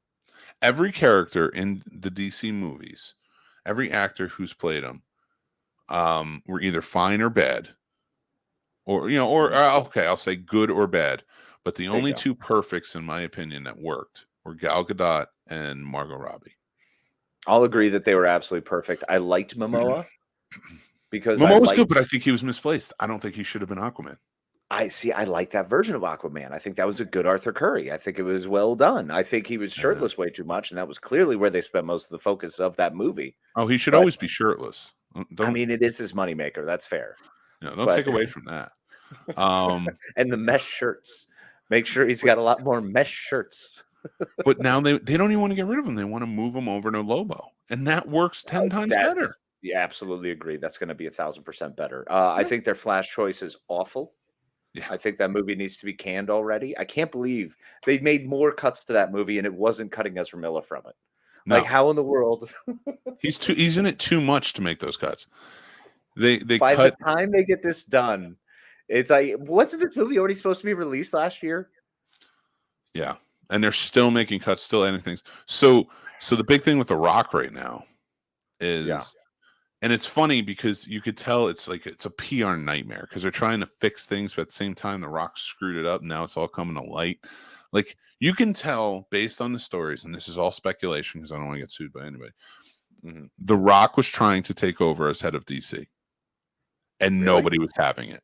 Yes, like that. You could tell The Rock was trying to build. Like, he saw the ship for what it was. He knew where they were going. He knew what it was. Okay. And he was like, I can make a play. Why do you think he was? And everyone was all in on Marvel. Everyone was like, let's go to Marvel. He's like, I'm all about DC. Mm-hmm. DC is where it's at. And he went whole hog in. And then it took years. And they announced this Black Adam. And they were riding that Rock wave for a long time because they're like, Black Adam's coming. And it's The Rock. And he's the biggest star we have. And it's true. Because as much as I like Ben Affleck and like Gal Gadot before Wonder Woman was not a huge star. Yeah. Henry Cavill before Superman was not a huge star. Even afterwards, they both had to go do other things where you're kind of like, oh, this isn't like everybody in Marvel goes off and does other things and they're like passion projects. This is like, oh, you're still just doing the movie star thing, but you're also Wonder Woman. Like, that's your big vehicle. So, and that's not a put down in any way, but Ben Affleck was not the star he was playing Batman. You know, he was that older veteran guy stepping back in, doing his thing. The Rock is the actual huge star, you know. True. So they rode that wave thinking The Rock is going to save this. The Rock is going to bring this back together. And I think The Rock looked at it and he's like, this is a sinking ship. I want to take it over and run it. And he wanted to run it his way. He wanted his Henry Cavill Superman. He wanted that because it was all based in that. And now James Gunn, because supposedly the reports are saying they were begging people to take over DC, Warner Brothers. Really? For a while, they were begging people, like they begged Todd Phillips, who directed the Joker, and other people, and nobody wanted the job. Nobody wanted to take over DC. Really? And when James Gunn started becoming more popular after Suicide Squad and you know, Peacemaker and stuff, and like he was getting it right, and they saw what he did with Guardians of the Galaxy, they offered to him and Peter Safran, and he took the job. And he's a fan. He is a Brightburn, Super. This guy has been working in superheroes for a long time. Yeah, he knows the heroes, and he knows how to twist them. And I like that. Now, is he gonna win at this? I have no idea. We'll see. Time will tell. But at least he's a better ship than The Rock taking over. I'll agree with that. I think him taking over, those two taking over, it's like, I want to make the best products with these characters that have been around forever. I think The Rock taking over is, I want to be I want to be leading things here. If this is the case, yeah, it's more hubris than anything. Well, I mean, of course it is. It's The Rock. Yeah. So, you know, you get into it, and like now he's got to backtrack because supposedly he was pushing hard to get a cameo in The Flash as well. No, really? Yeah, to make Black Adam relevant. He turned down being in Shazam because he didn't want to be opposite Zachary Levi. Yeah. Which is messed up, man. Yeah, it really is. And he didn't want to be, he wanted to be Black Adam, but he didn't want to be Black Adam Shazam or Captain Marvel's villain. Right. He wanted to be Black Adam Superman. That's more my level. And that's where you messed it all up. You screwed up. Black Adam is the villain. Yeah. He comes on the scene, and yes, I completely understand the character that he portrayed was Black Adam. I'm not taking that away. But he needs to be against Shazam because he is still a villain. Because at the end of the day, he's all about his people, his things, and his power. Because it was the power, because he hates the Magi. You know, he hates that Council of Wizards. The whole thing is he's pitted against them, and Shazam is literally their avatar. You know, so yeah, that's how it works. So I don't like that. I'm not a fan of that. I think I don't like The Rock's hubris trying to come in and change the established IP. I have a lot of problems with that. You can stylize it. You can, add little tweaks to it. You can change how you get to who the character is. But at the end of the day, it's still always that character. And I really have a problem with that when they try to change the character or tweak the character when that's not necessary. And especially in that scenario, if you want to be Black Adam, give us a good villain. Yeah. Be the reason Superman has to come out, you know? Yep. And I liked, again, I didn't hate the movie. It was fine. It's a fine movie. That's it. It's fine. Like, yep. And The Rock didn't blow me away in a superhero. Like, it is what it is. I hate the fact that the comic books are being so dictated by the characters that they're trying to push. Like this whole Crisis event. Yeah. Black Adam's like the big hero of it. Of course. Because of course they were going to push that because they started this train months ago. Mm-hmm. And like Black Adam was going to come out and the studio was like, we need to make Black Adam more of a hero, so people gravitate towards him. And so we need him to do this thing. And now it's December and this book's coming out and that movie made nearly nothing compared to what it should. Yeah, agreed. What it should have made. And you're going to be stuck in your comics because now you're going to have to reboot them because now you've done this. And that's, I hate the fact that comic books are affected. That's why I like independent comics so much, but they're not dictated by what studios want. Right.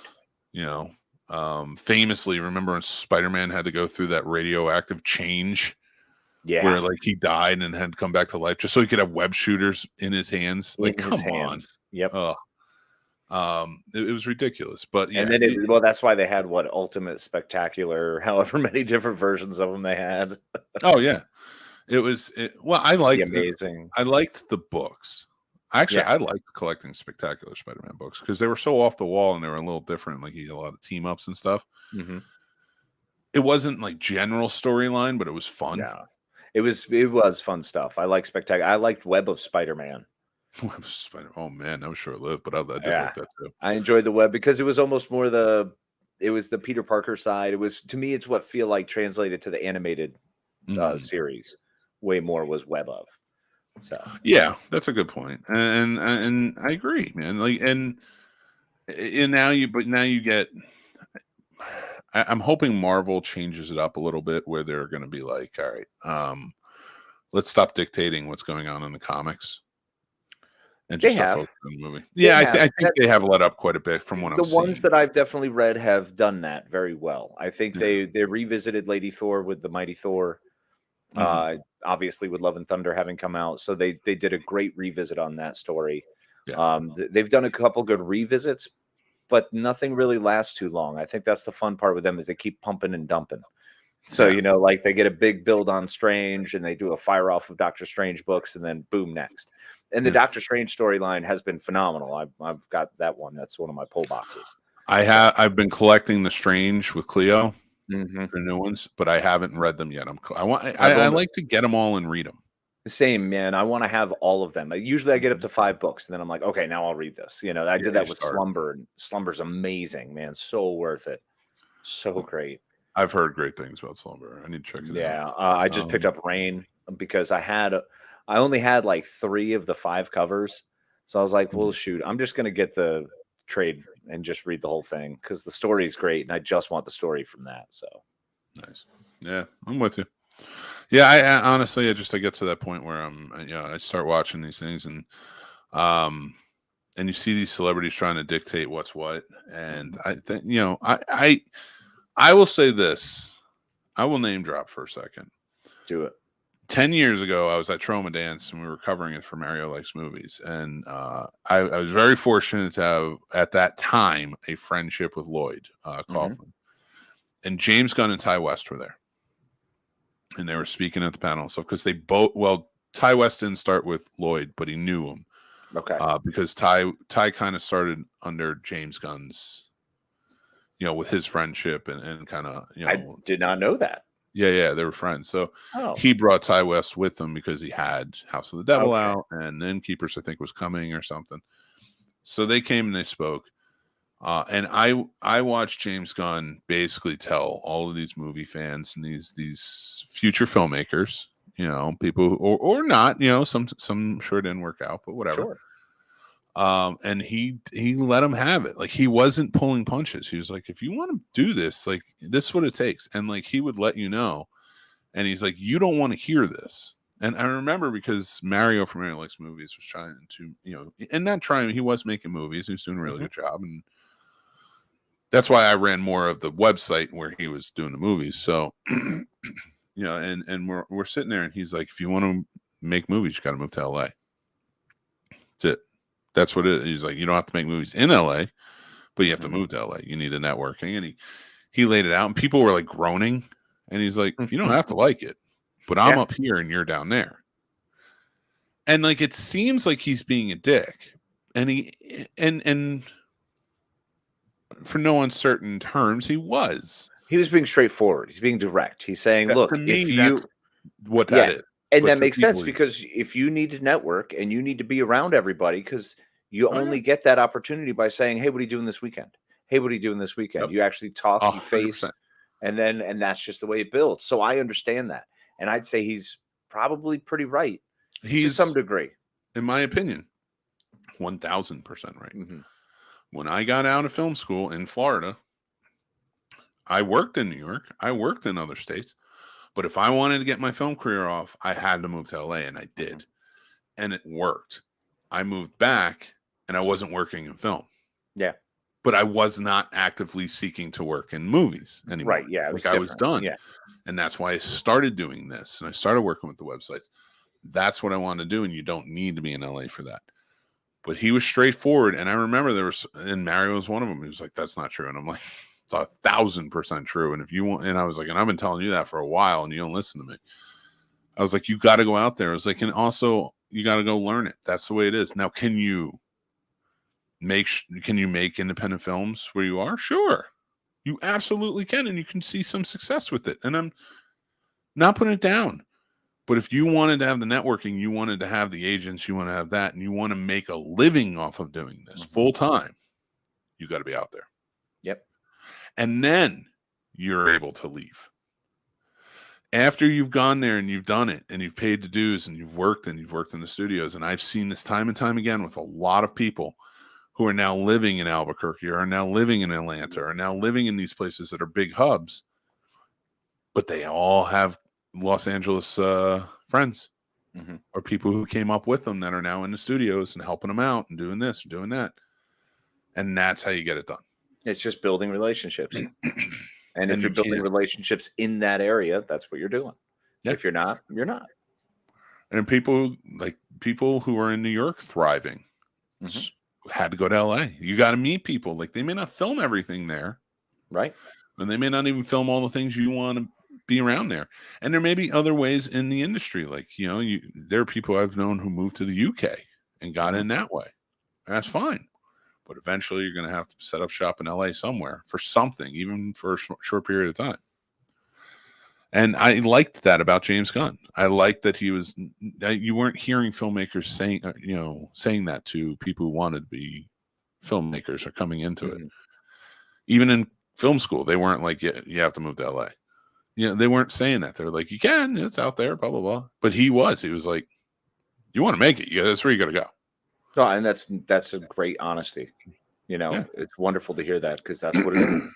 And he's telling everybody that at Trauma Dance. Yeah. Where Lloyd Kaufman actively didn't go to LA and ran it out of New York and did his thing. But you're not going to be Lloyd Kaufman.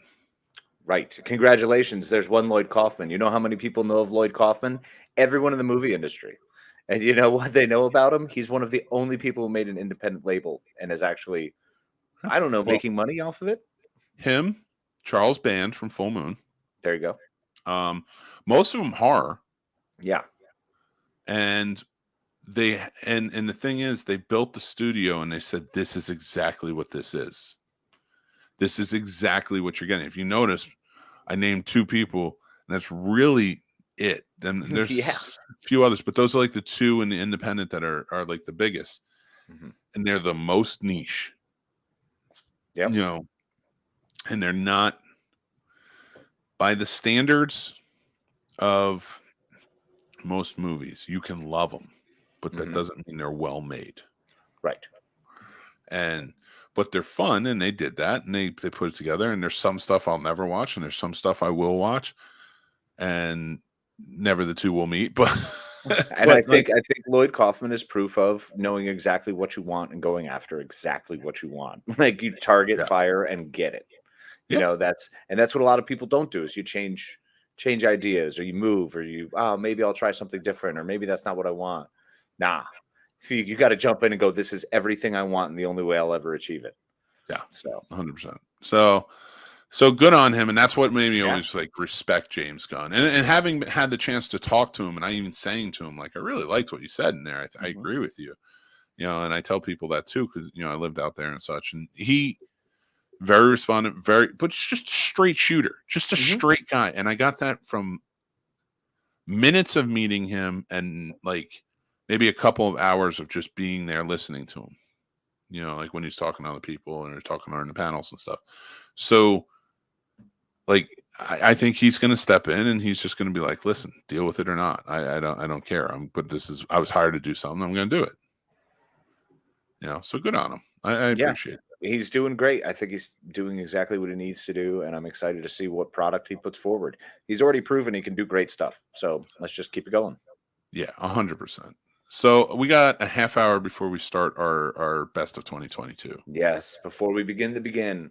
And I just realized because we didn't really have anybody watching that we had some more comments. Oh, so hi, Sturdy's Sturdy. here. What's up, What's up, Sturdy? buddy? Sturdy, is this? Are you coming on or no? We'll bring you on until 9, and then we have to do the best of list because that's going to be a special segment. Perfect. Brightburn was awesome, and Dale's here. What's up, Dale? What's up, Dale? Good morning. I want to wish you buddy. guys all a Merry Christmas or Happy Hanukkah, whatever you're celebrating at this time. Whatever your holiday season is, we hope you're happy and you're having a blast, and you're waking up this Friday going, I don't have to work. Sorry, John.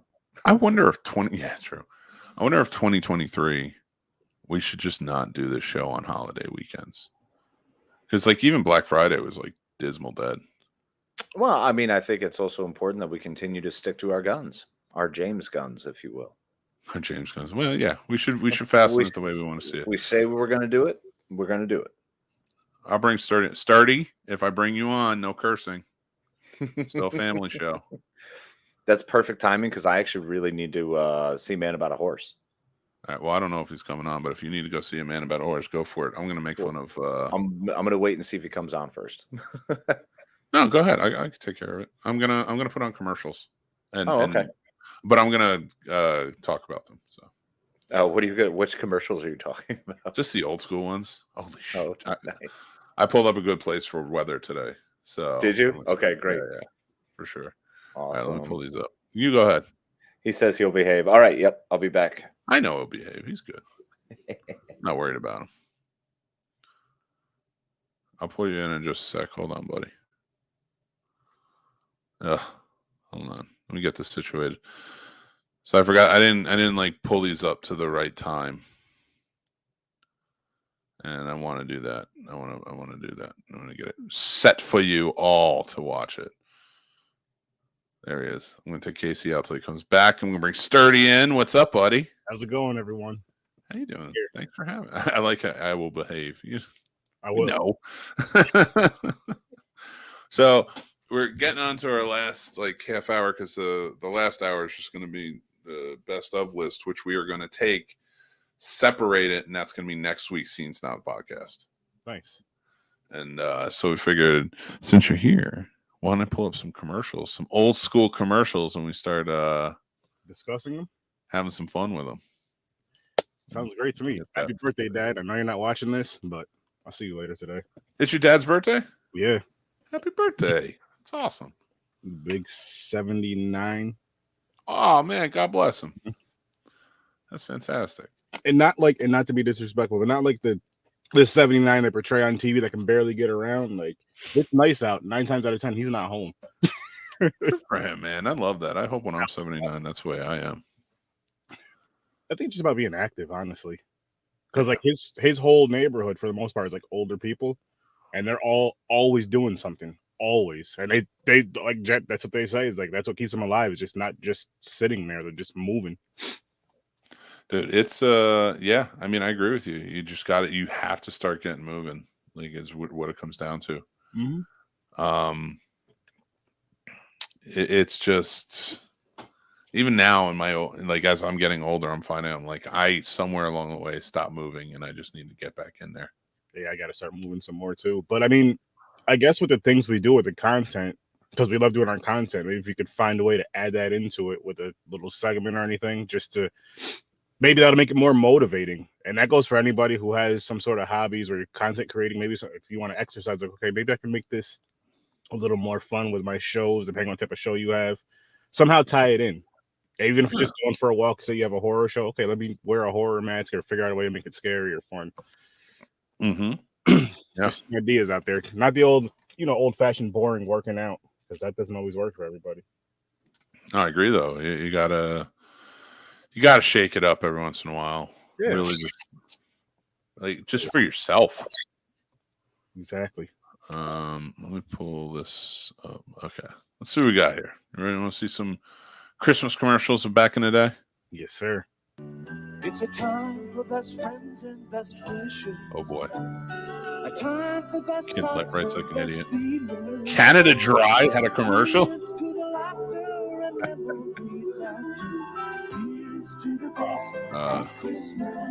This season, give your gang our Nothing best. says Serve Christmas like Canada Dry. mixers, the important 4/5 of drinks for over 75 Christmases.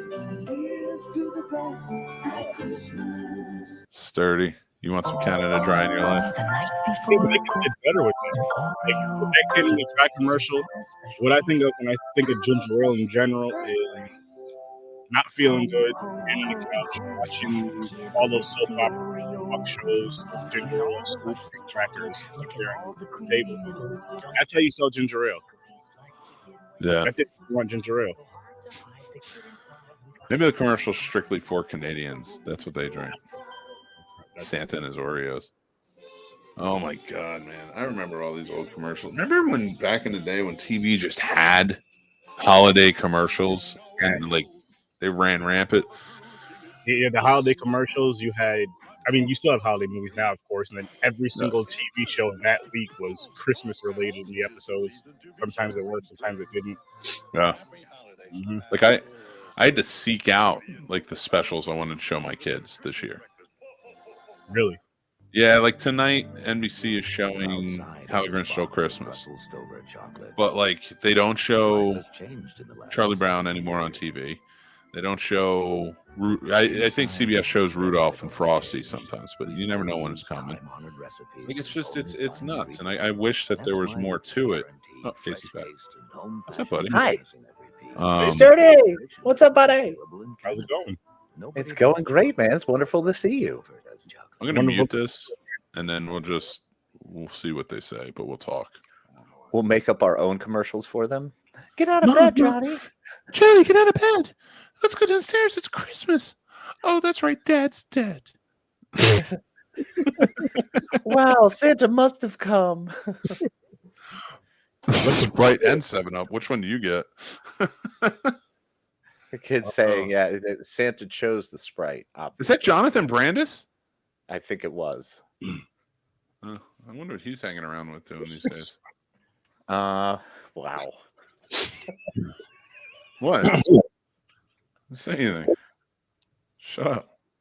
He's just hanging around. Just messed up. might be. Oh, he passed away, didn't he? Yeah. Saved it. What? I don't know. What By you guys talking suicide. about. Oh, that's messed up, Casey. You shouldn't say things like that. We did. That's how Jonathan Brandis died. That's why when you said, I wonder why he's hanging. Really? Casey, that's disgusting. Seriously. I'm with you, Dale. Rest in peace. Sorry. Casey can be a little callous sometimes. Oh, yeah. Very. Just brutal. Oh, my God. Look at that Scrooge. Man, that's a terrifying Scrooge. Can we talk about Scrooge and the way he talked to people? Like, I would have punched him in his face. It's amazing he didn't get punched in the face. And they really accepted him back at the end. He's getting beat up talking to me like that. Well, I mean, that's kind of like Elon, though. I feel like most rich people are pretty much like that. They still don't get punched in the face. Because you can't get to them. Like back, I agree with Sturdy. Like Scrooge, you could. Scrooge, you could have, because he was saying this right. The thing I respect about Scrooge is he would say like right to your face, like literally you right there. You're swinging distance. I'm swinging. These guys now are just, like Elon just typing his crazy stuff on Twitter with 1,000 security guards around his whole building and then 1,000 more around him. So it's not the same. It's true. It's true. Dude, I will tell you, I was watching Mickey's Christmas Carol yesterday. And Shell presents. I was watching Mickey's Christmas Carol yesterday, and at one point when he's like, it's Christmas Eve, and he's like, "Can I leave early, 2 minutes early?" And he's like, "Fine, whatever." And like, you finally think Scrooge is being nice, and he's like, "But you better be back here early tomorrow to make up for it on Christmas Day." Oh, gee, thanks. Thanks, oh Scrooge. My God, I loved it. ESPN. Here we go. Like, I feel like, was this anybody's? It's probably Casey's. He grew up in Connecticut. You too, Sturdy. You grew up in Schenectady. What? You guys had nice Christmases. Oh, I thought you were talking about going to Wendy's on Christmas and saying, I never did that. Nope, definitely didn't do that. But yeah, that's right. I forgot you're in Schenectady, man. I used to listen to 96.5 WTIC FM of Schenectady and Troy. I've never listened to that in my life. But I love those. Like Casey just knew this channel. I'm like, that's awesome that he knows it. Absolutely, man. I didn't even know it existed, and I'm here. It was one of the 3 I could get on the mountain that I lived on, so that was what I listened to. There you go. Did you get channels as a kid? Like, did that happen? We had a handful of channels. Mm-hmm. It was one of those things where, like, here and there you had cable. For like those portions you had cable, yeah, you're excited. Then you're back to like 8 channels. Yep. It was like, oh, you know, you used to it though. Sometimes you get to go up to those top because we had the old dial TV that would act, and we actually had the antenna. So we would get, we had channel 3 for CBS, 4 for NBC. We had CBS, or it was CBS, NBC, Fox, and then I want to say that was pretty much it for a long time. WPIX would come in on occasion. Yep. But yeah, you have to sit there and fiddle quite a bit, and then every like once a year, you would go hit the U where you go to the second knob and you have like, 20 through 40, and you would actually get some of those channels. You get QVC. I'm sure we all remember being the TV remote. Go over. You're not even watching TV. Hey, go over there and change. I'm not even in the room. Yeah. Oh yeah. They call me out from my room to come in and change the channel. And it's not like how I see not all kids, but some kids now today where they're telling their parents no. Like you just like you don't even dream about that. I'm scared I won't wake up.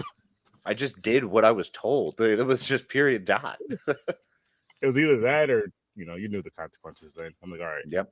Let me go change the channel. Mm-hmm. Get called. Come back home and change the channel. I'm not even in the same state. Jesus. It doesn't work anymore. Come on, Ma. Jeez. So getting into it, and it's nice to have the commercials. I'm going to take these out for a sec because it's weather time, and I want Sturdy to help us with weather. Weather and traffic. Weather and traffic here on the 8th. So, you want to do weather or traffic first? What do you got? Do weather first, bro.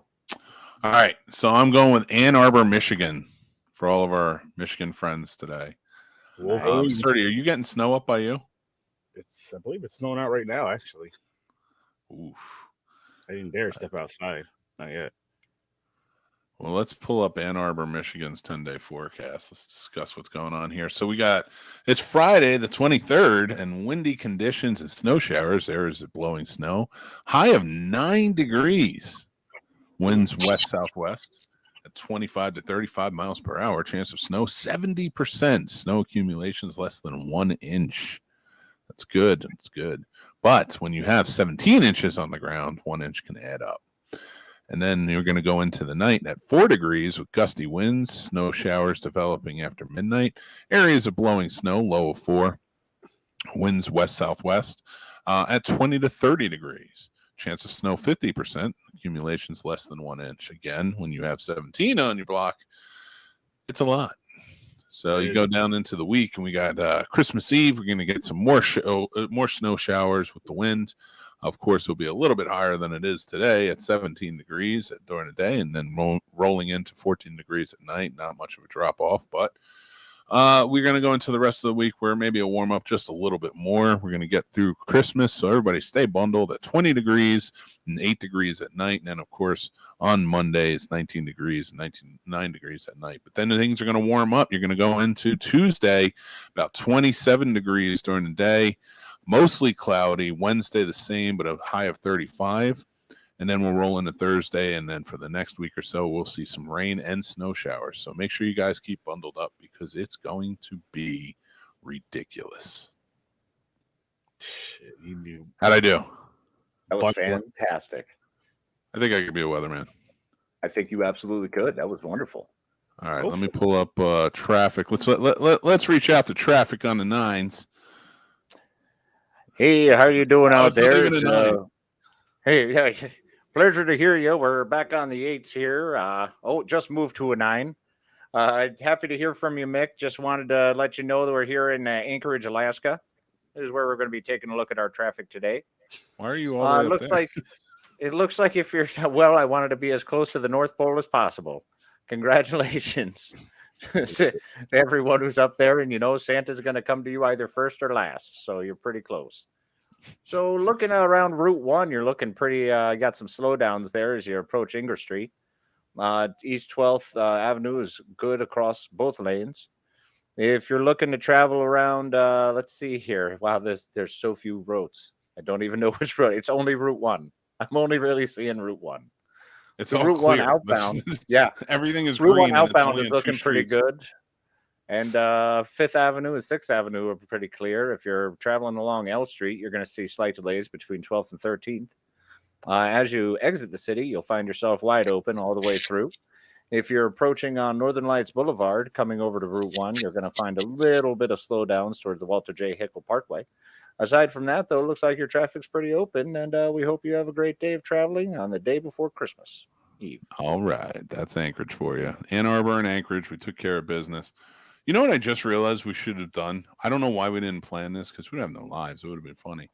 Is Christmas Eve. Like we go on at like 10:30 at night and we just do the Santa tracker. Oh my God, I'm in. But we do it Yes. intensely. Yes, the serious Santa tracker. What do you All think? right, Sarah? now. Do you think that'd be funny? I think it would be very fun and entertaining and funny. I'm in. He just reached London. Everybody watch out. It's like a missile. The red missile's coming. No, there's no way to tell which direction he's going after this. But what we do tell you is to please, if you are in the Scandinavian countries, anticipate landfall within the next 14 to 15 minutes. Yeah, I'm in. I can't believe I thought about this. I can't believe I thought about this now. This is How do we brilliant. not do the Scene Snobs Santa tracker? I mean, there's still time. Christmas Yeah. Eve is still tomorrow. We'll talk about it and see if we want to do it on Christmas Eve. I know what I that mean- means. I'm married. That means let me talk to my wife and see what the plans are first. That's Exactly. No, it's literally it's my work wife. Yeah, I gotta what talk are to you my talking work about, dude? Literally, I'm done with River in the afternoon. Like that's when she's heading out to Grandpa's and they're going over there. So I'm wide open. See? I can do it. Should we start at like 11 p.m.? Just be like, Yes. nobody's gonna watch. Everybody's gonna be busy for Who Christmas. cares? That's the whole fun part. And don't say nobody. Someone might. Yeah. Put Someone, the word out there. someone sturdy. Sturdy will be there. Sturdy will be Sturdy. there. Hell yeah. Maybe a Dale, maybe a John. You know what? It'll be all the parents who are up doing the Santa stuff. That's what's gonna. That's it's the gonna be. problem. That's the We're thing. gonna is, hit like, all of them. I got to do the Santa stuff. My poor wife wants to sleep, and then I got to be up at like 5 a.m. the next day. Nobody wants to put up with us. Well, you're already gonna be up doing stuff. Why 5 a.m.? Oh, because the kids. Yeah. Yeah, because they're not gonna let me. There's no way. But what do you have? You still got to wrap gifts and all that, Mick? Oh yeah, we haven't wrapped anything.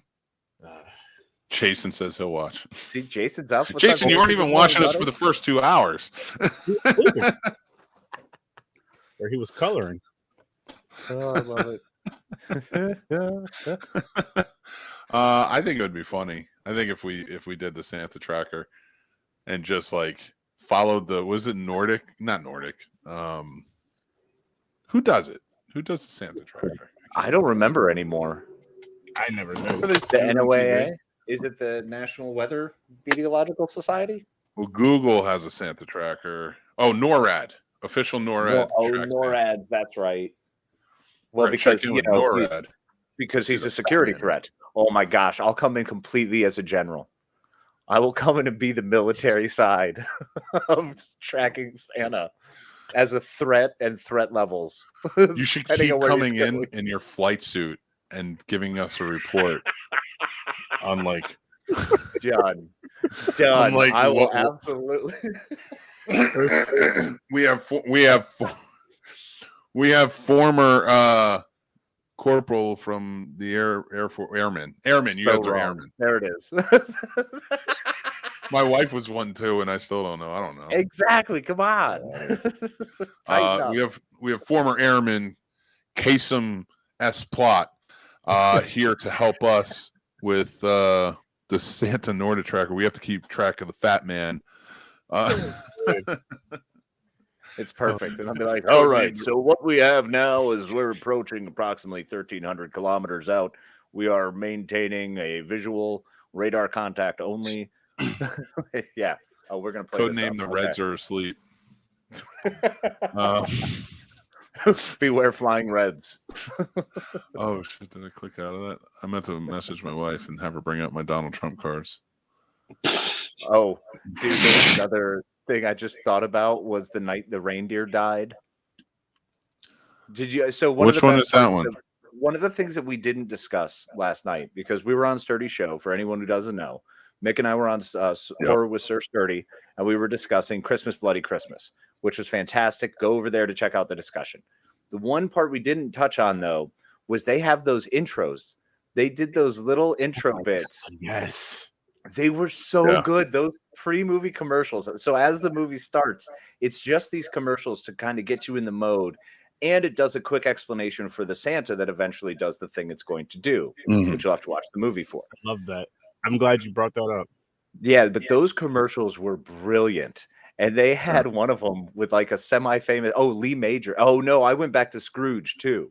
So Scrooge had something very similar when they were doing their bits, and it's Lee Major's The Night the Reindeer Died. That's right. They're putting on, and he's got the Gatling gun and just mows down everybody. Santa, we can't live without you. You've got to go. Oh no, Lee. This is one fight Santa's not going to run away from. I enjoyed that too. I actually maybe not too much in every movie doing it, but here and there I'd rather movies do that instead of the freaking trailers. Like you go to the movies, you're sitting in the theater, like you're in the theater for an hour before the movie starts. It feels like I try to skip trailers as it is. I understand you got to kind of promote that, but you don't got to show it to us twice. Plus your stupid commercials in between telling us to buy popcorn. We already got that. Right. We're already sitting down. We're done. We got what we want. That's a part of the process of getting your tickets and stuff. It's like, okay, I don't want to have to come back out here. Let me get my snacks now. And go eat and chill. Yeah. Like, what kind of psychopath actually goes and sits and then decides what they want to eat? That's a terrifying thing. That might be a deal breaker. That might be like a major red flag for me. No, you don't. No, you don't. Oh, come on. I go to the Alamo though. Yeah. Okay. See, that if I go to the Alamo, it's a different game. That's the plan. I'm talking about other theaters where you walk in and the concessions are at the front. You're right. If I'm going to listen, look at me. Just take it in for a second. Look at me. What do you think I'm ordering when I go to like an AMC or a Regal?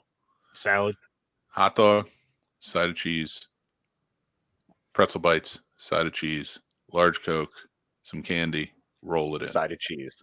Side of cheese. It's always got to be a side of cheese. It's not a side of cheese. There's not a shirt on our site by the end of the day of a picture of me saying side of cheese, please. And I don't know what life is all about. Because it's that nacho cheese, man. That stuff is terribly delicious for you. It is.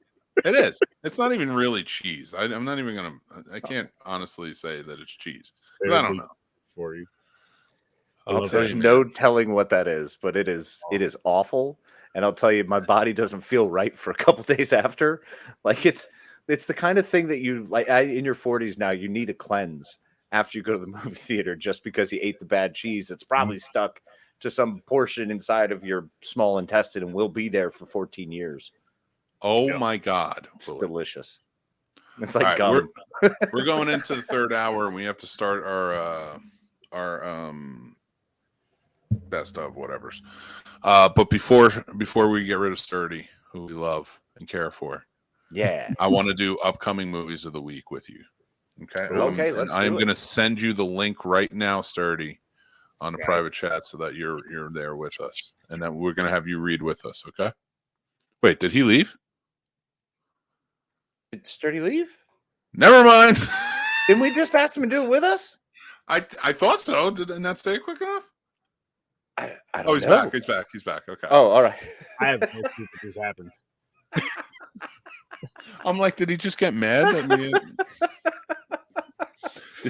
I sent you the link. Hit the wrong button. I sent you the link for the movies in the private chat. So let's get started. Casey, you want to do the first one? No, you fire first. I actually can't pull it up at the moment. All right. Well, it is Puss in Boots: The Last Wish. Academy Award nominee Antonio Banderas returns as the voice of notorious Puss in Boots as he embarks on an epic journey into the Black Forest to find the mythical wishing star and restore his lost lives. But with only one life left, Puss will have to humble himself and ask for help from his former partner and nemesis, the captivating Kitty Softpaws, also Oscar nominee Selma Hayek.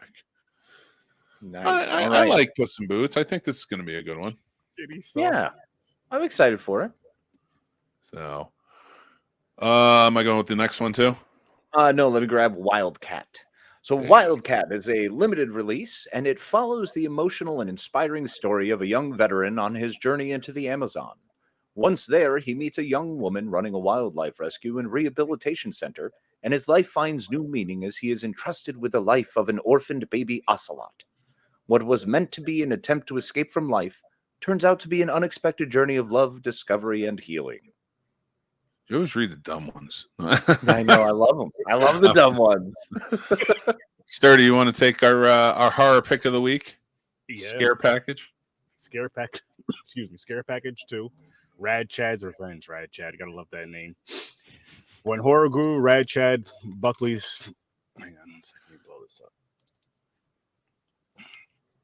Funeral turns into an elaborate series of death traps. Awesome.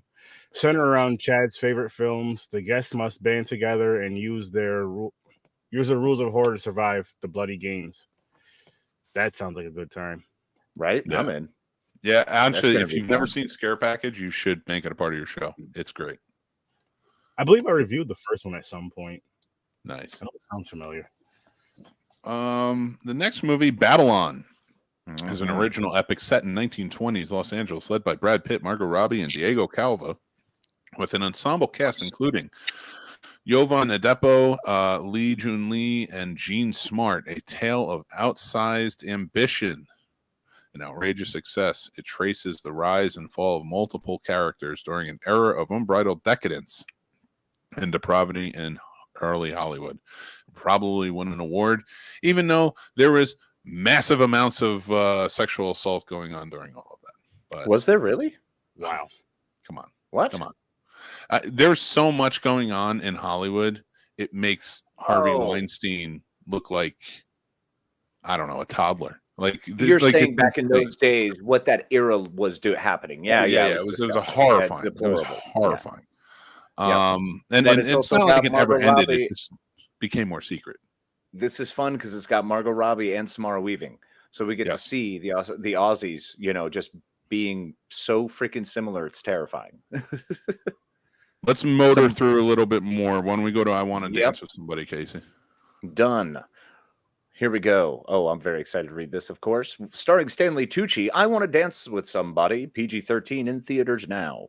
From New Jersey choir girl to one of the best-selling and most awarded recording artists of all time, audiences are taken on an inspirational, poignant, and so emotional journey through Houston's trailblazing life and career, with show-stopping performances and a soundtrack of the icon's most beloved hits as you've never heard them before.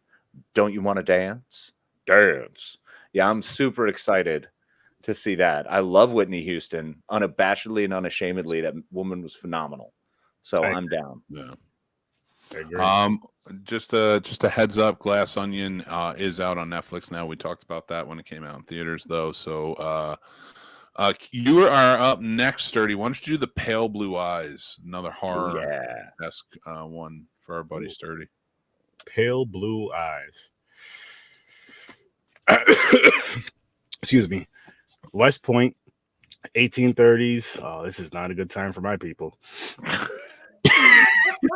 It's very true. Yep. Absolutely. In the early hours of a gray winter morning, a cadet is found dead, but after the body arrives at the morgue, tragedy becomes savagery when it's discovered that the young man's heart has been skillfully removed. Now that does take skill. Fearing irreparable damage to the fleeting military academy. It's what the hell is that? There's more to it. Hit more. Leaders turn to local detectives. August Landor, Christian Bale. Oh, Christian Bale's in this movie. Batman to solve the murder. Mick, this is a lot to read. I'm too tired. It's a big ask in the morning. I literally just woke up to come on this show because I love you guys so much. Love you, man. But Pale Blue Eyes, guys, go check it out. Christian Bale's in it. You seen what he did in the Dark Knight franchises and all that. Check it out. It's worth it. Oh, yeah. It's the Edgar Allan Poe story. So that should be fun. And I love Edgar Allan Poe. Love it. Samesies. Love him. Great guy. Cool mustache. Great stories. Yeah, really, really a lot of fun until he just he would always pass out. He was nice that he would just fall asleep wherever he was. It was really good of him. Yeah, well, tired. Yeah, of course. You can't write all that crazy stuff and not get tired. Mick, we can't. Yeah, he's thinking so much. Can't hear you, bro. If I was in Baltimore, I'd want to die too. or at least be high on morphine the whole time, so it didn't matter where you were. Listen, that explains the story.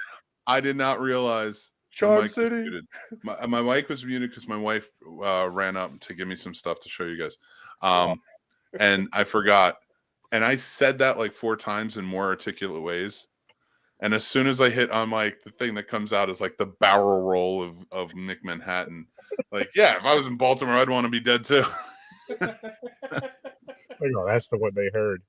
Yeah, that's the one that mattered. I am going to kick you off, Sturdy. We love you. Love you, Sturdy. Thanks for coming on. Happy birthday to your dad. Merry Christmas to you and everyone in your family. You too. And James and everybody over at the Sturdy family, we love you guys. So thank you so much for joining in this morning and being our first, not just like you asked, be the first Black guest. I did ask. Listen, guys, go back to the Horror Research 30 episode. I asked that on the episode. Mick didn't do that. I say all that crazy stuff. It's not Mick. Come after me, not him. That's part of the fun. I like that setup because now everybody's going to be gunning to see what what did he say? But not only our first Black guest like you wanted to be, you're our first guest on this show. Boom. Look at this. And the last one of the year. So that's great. Woo, first and last. Love it. Yep. Of the year. Not last. Of the year. Yeah, not forever. Well, we love you, brother. And you have happy holidays, and we will talk to you very soon, my friend. Appreciate it, man. Have a great one. You too. Well, buddy. Love you, Sturdy. Sturdy's the man. Awesome. So much fun. My wife ran up and gave me what arrived yesterday. Oh, yeah? Oh, my Lord. Signed by him and everything. The Trump mantle card. Now, is that... Yes, the Trump Griffey card as well. The upper deck. And it still changed the color of his hand to white. Oh, my God. And I don't know where my wife found this, but she found a postcard. She was like, you got to show this. It's we talked about him earlier, Bill Clinton and Al Gore and sexy man bodies. You don't see anymore is like those sexy man playgirl type of air fresheners. Yeah, that, it seems like everyone's aunt had as a kid. That's true. So, guys, welcome everybody. This is Snobs Nation Morning Drive Live Show. It's not our normal The Scene Snobs Podcast, but if you guys are listening to this at a later time, this hour of our 3-hour show every Friday morning is going to be the Scene Snobs Podcast for next week. It, of course, is preloaded, ready to go. And we are doing this to talk about our best of lists for 2022 going into 2023. So we wanted to save that for this final hour, talk about it. And you guys can, of course, are watching or listening to it as the Scene Snobs Podcast. But that's why it's a little mixed up. That's why you see Snobnation everywhere. It's a part of that morning show. So if you are watching or listening to the Scene Snobs Podcast, you might want to check out that show that we do on Friday mornings. Yeah, absolutely. The Scene Snobs present the Snobnation Morning Drive Live Show every Friday morning, 7 a.m. to 10 a.m., where we try to get your weekend started the right way, the Snobs way. Damn right. And, I appreciate it. It's our last show of the year. I'm very excited to be here talking to you. We just had Sturdy on, which is great.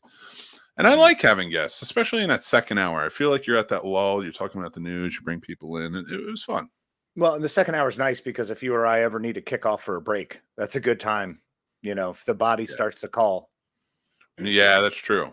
Coffee sets in and such. Okay. So case. Or some people actually have maybe Dunkin' Donuts being delivered to their house. and they thought it was going to be here way earlier. But it's just now going to arrive. Oh, I was really thinking about 40 minutes ago it was going to be here, but it is taking over an hour and 15 minutes now. So still not there. Jeez. still not here. I was trying to get it before this portion. It's not going to happen. So if at any point you see me get up and run away, I'll be right back. That's fine. That's fine. We'll get there. So, and we'll continue on. So I thought we would do our top 10 list. So the list I sent to you yesterday to do was top 10 movies of 2022, top 10 shows of 2022. Yep. Top 10 new characters of 2022. Yep. Top 10 celebrity scandals of 2022. Mm-hmm. And top 10 anything of 2022 that fits in your list. Okay. So I want to start with the movies, the TV. I want to do it in that order. The reason being is I feel like we're going to probably talk more about the scandals and stuff like that, or the anythings. So I want to, let's trade off. Let's do our top 10 movies. Okay. Starting with number 10.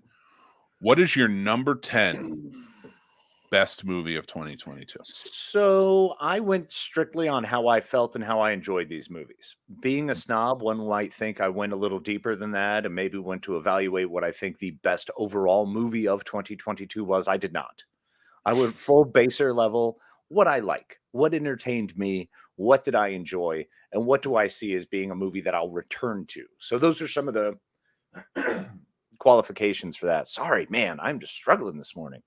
You're good, man. You're all good, brother. So my number 10 is actually an odd one because it's something I don't normally do. And I've always the one who complains about reboots, but I think this was one of the better versions that came out, and it is Prey. Prey is my number 10 movie of 2022, a movie I will revisit a lot, one that I think did great with the Predator story, and one that I actually really cared about all the characters and enjoyed the process and just really loved watching that movie beginning to end. Okay. All right. I dig it. All right. And now keep in mind, everybody, we haven't seen everything that came out in 2022. So this list is based on the things that we've seen that we're putting together. Mm-hmm. Did you remember to hit order, Casey? Yeah. Look, I see how that could have happened, but no, I did in fact, and I kept checking. And in fact, Sturdy, when you jumped on, that's when I went to jump out front. Like maybe they just missed it. No, that was not the deal. I'm in an interesting turn. Oh, are they here? Yeah. Go ahead. Right, I want to hear yours. Go ahead. So in an interesting turn, I'm going to say The Batman is my number 10. Nice. I love that. I think it's a great choice. You go. I'll take you off real quick and then I'll talk. So The Batman for me was a really good movie. I thought they did a great job. Pattinson was a really good Bruce Wayne Batman at the early stages of his career.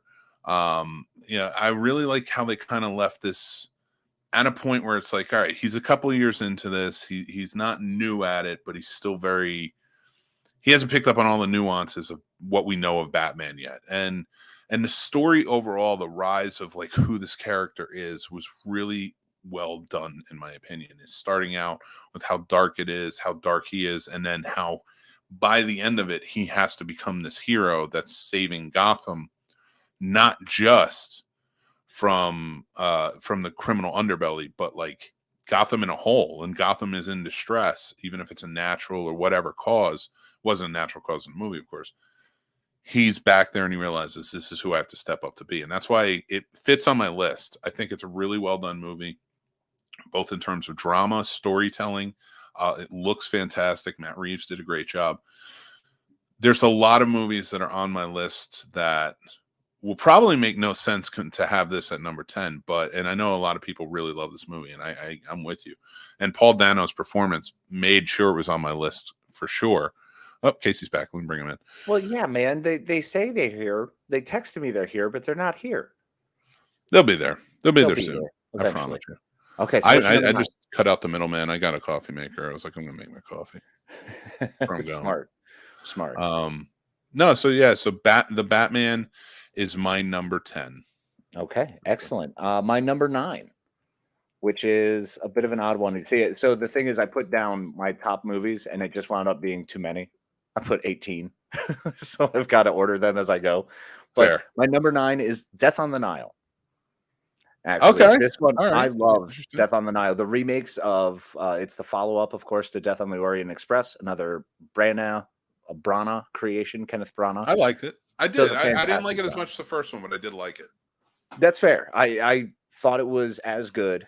Not really. It was different. It was a little different, and I enjoyed the nuances. And I just love Branagh. I'm a Branagh simp, man. Whatever the man does, I'm in.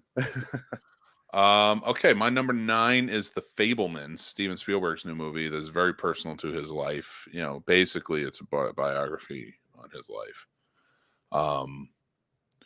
I just really enjoyed it. I thought it was a beautiful movie, well told, well acted. Michelle Williams did a fantastic job in this movie. And as did Paul Dano. Again, another Paul Dano movie. You put him in something, and it seems like you're going to get a great movie. Paul Dano's on fire. Yeah, and Seth Rogen too. Seth Rogen did a really good job. He was like the yin to Paul Dano's yang, but they play best friends in the movie, and it becomes corrupted in a way.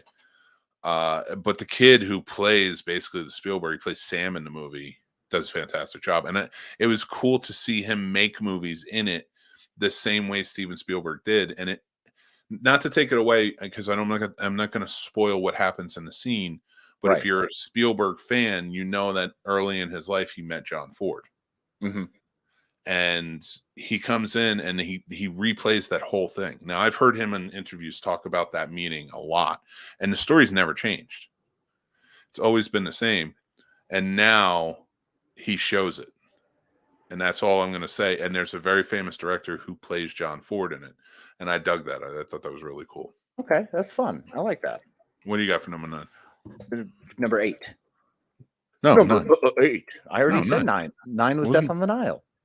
What was your 10? Prey. Yeah, I knew that. Go with 8. I forgot where we were.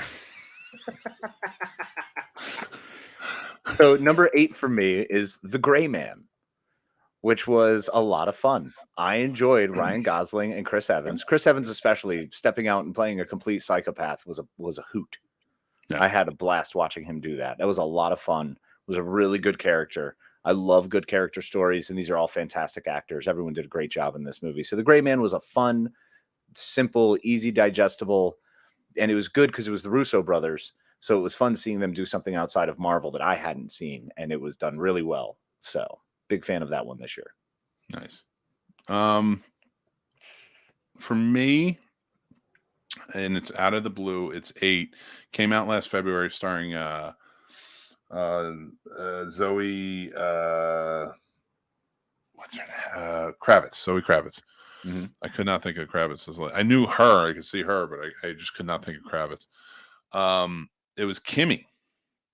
She's a recluse shut-in who works from home, does her thing. She's terrified to go outside. She deals with that all the time. And she works for this company. It's basically kind of like an Alexa, but it's called a Kimmy. Okay. And what she does is she listens to like complaints or other things like this or other stuff that might come through to see if like, okay, was this something that was a malfunction or this, that, or the other thing? And she hears a murder in it. Really? Yeah. And it's a murder that happens at the Kimmy headquarters, the place she works for. Oh, okay. That's connected to it, and it becomes like this. It becomes like kind of an intense thriller, almost in the vein of a remake of if people haven't seen it, Wait Until Dark. Oh yeah. And if you haven't seen that, I suggest you see that too. But Kimmy, I thought it was a good job. That's my number 8. Okay, strong. I like that.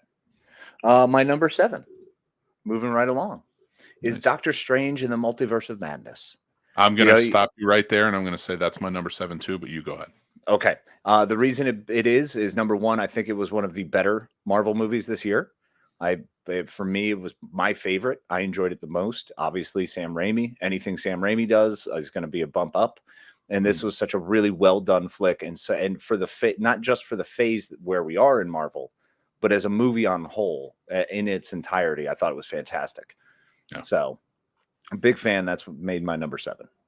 Nice, very nice, and for all the same reasons. So, yeah, I don't want to elaborate any more than that because we said it. We said it. We said it. All right, you go ahead. Okay, my number 6 is I'm really torn on this one. I put down both of them, and I think I'm just going to state both of them. I put Pearl and X as a dual runner for 6. Okay, that works. Because I love this story with what Ty West is doing. Mia Goth is crushing it in this character role. She's doing such a fantastic job. Her acting is just out of this world. I'm sold the whole way through. She emotes so well with her face. So I'm a huge fan of it. I love the fact that there's going to be another one. I can't wait for the third one to come out. So very impressed with what Ty West has done with that. Nice. I dig it. That's a good pick. Mine is Decisions to Leave. It's a Korean film by Park Chan-wook. He directed. It's like a mirror mystery. He did The Handmaiden. He did Old Boy and Snowpiercer. He does some really good work. And this was a really good one. So if anybody hasn't had a chance to see it, and I don't want to give it away because it's pretty intense little thriller. But if I think it definitely deserves to be on the list. So this is my number 7, Decisions to Leave. If you haven't had a chance, go check it out. I love it. All right. So what are we up to? This is number 5? No, 6. We both just did 6. So now I'm on 5. Wait. Let me count this again. So because Pearl and X, Batman. Yeah. What was my number 9? What was your number 9? Mine was Death on the Nile. Was my number 9. I don't remember. I didn't have it written down. I had it up and I screwed it up. You guys heard it. You guys started flip flopping. All right, so no, we are on 6. You're right. No, we're on number. No, we're 5. on 5. We're on 5. All right, I know where we are. We're professionals.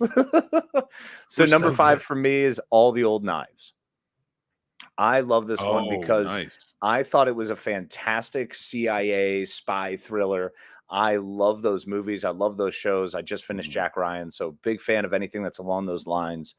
And I thought that Chris, of course, I'm going to forget his name, Chris Pine and Tandy Newton were just phenomenal in this.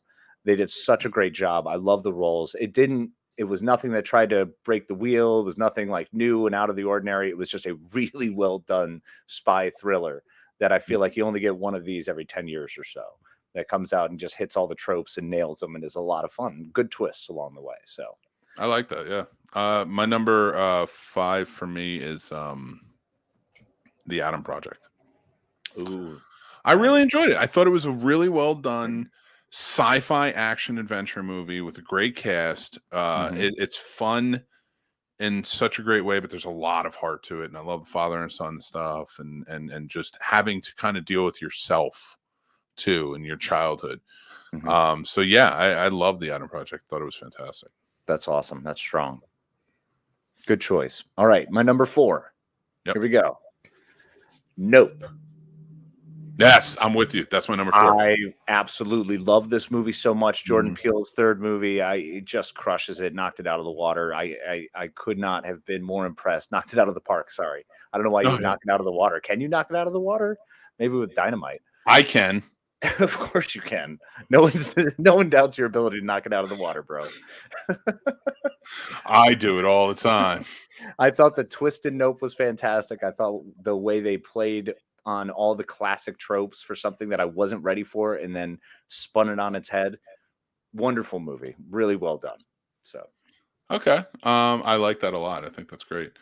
My number, so we're on number 3 or number 4? Number 3. Yeah. Your 4 was Nope as well, you said. Yeah. That's why I realized I didn't say anything. So number 3 for me, I'm probably gonna have to say Sonic 2. Wow. Okay. I loved it. I thought it was so much fun, and I thought they did such a great job with it. I have to tie it up because I'm thinking of other animated movies. Like Sonic 2 is great, but I'm going to tie it with the Sea Beast. Ooh, Sea you know Beast what? was Sea Beast so was good. Really good. Really good. I'm surprised I don't actually have much or any animated this year. I probably should have covered some of those. Maybe there will be a children's categories next year. We'll break it down by category. But my number 3 is The Greatest Beer Run Ever. It's a good one. I loved this movie so much. I was a huge fan of it the whole way through. It was a really fun jaunt. It was kin to Good Morning Vietnam, one of my all-time favorites. So big fan, great performances. Zac Efron crushed it. So all the way. I'm gonna just throw this out there as we usually do horror and we're pretty horror based. But we didn't do a top 10 for horror. So can we just agree that like Ty West, X, and Pearl are probably the best of the year? Oh, I'll agree. Absolutely. I don't just think wanted to throw that out there. I match them with Nope, but Pearl and X are definitely whatever they're going to wrap up in this third is going to be phenomenal. I think it's some of the best horror I've seen in a long time. That was engaging, fascinating, scary, but not. It's more creepy. It's Ty West creepy, scary. Yeah. So we're number 2. Number 2, buddy. Wakanda Forever. Wow, really? So good. It's such a great movie. I still haven't seen it. There's a whole lot I haven't gone and seen. I'm so far behind. Like ever since sometime around fall, that fall winter, once it hit, I was just like, bah, nothing new. Yeah. It deserves to be on the list, and I love it. Okay. And I'm surprised it's not on more. I'm excited to check it out. What's your number 2? My number 2 is The Stranger. This one is fantastic. Oh, is that with Joel Edgerton? Yes. Joel Edgerton. Sorry, I had so many other different things brought up. I want to pull it up because I want to do it justice because I can't remember the other actor's name, and he's fantastic. Sean Harris. Sean Harris absolutely crushes this. This is directed by Thomas M. Wright, who also wrote it. And the story is basically it's compelling, and it's an undercover sting operation like you've never seen before. And it's done really well and very, very well paced. And they literally hold the entirety of the movie until the last possible moment. It was like Maxwell House, good to the last drop, man. Nice.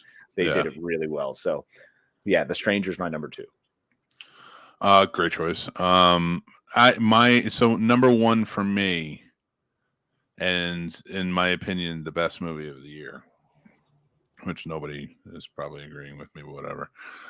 Everything, Everywhere, All at Once is my number 1 of the year, hands down. It's the best multiversal movie I think we've ever gotten. I'll agree with that. Michelle Yeoh deserves a nomination, if not the win. If in an ideal world, if the Oscars was actually not complete and utter bullshit, it would be Best Actress goes to Michelle Yeoh. Best Supporting Actress goes to Angela Bassett. Oh, really? Angela Bassett? I would say Jamie Lee Curtis. Get the fuck out of here! No. Oh, I'm sorry. She was so good. She's such a good actor. I forgot she was in everything. All once. There you go. I was thinking Halloween Ends. I'm like, no, that's not what I was talking about, bro. Come on now. Okay, my number 1. Yeah. If you're ready. Amsterdam. Over Everything, Everywhere. You didn't even put it on the list. Nope. You put that on the list. I put Amsterdam on the list. I loved Amsterdam. Amsterdam is one of those movies that Doctor Strange got my multiverse twinge. I love it. I mean, and look, Everywhere, Everywhere, All at Once is phenomenal, and it's one of these that I wrote down here, along with All Quiet on the Western Front. I think it was one of the greatest versions I've ever seen. And Luckiest Girl Alive. I thought that was phenomenal. Mila Kunis gives such a fantastic performance. There's a boatload of them, but Amsterdam just broke down to being such an enjoyable, fun movie. I love the dialogue in it. I love Christian Bale in it. Margot Robbie crushes it. Just everything was done really well. So big fan, and that's where I throw my lot in for my number 1 of 2022. I'm going to amend something here. Okay, amend away. I'm taking Sonic out of 3 spot. Ooh. And Top Gun Maverick. All right. Okay. All right.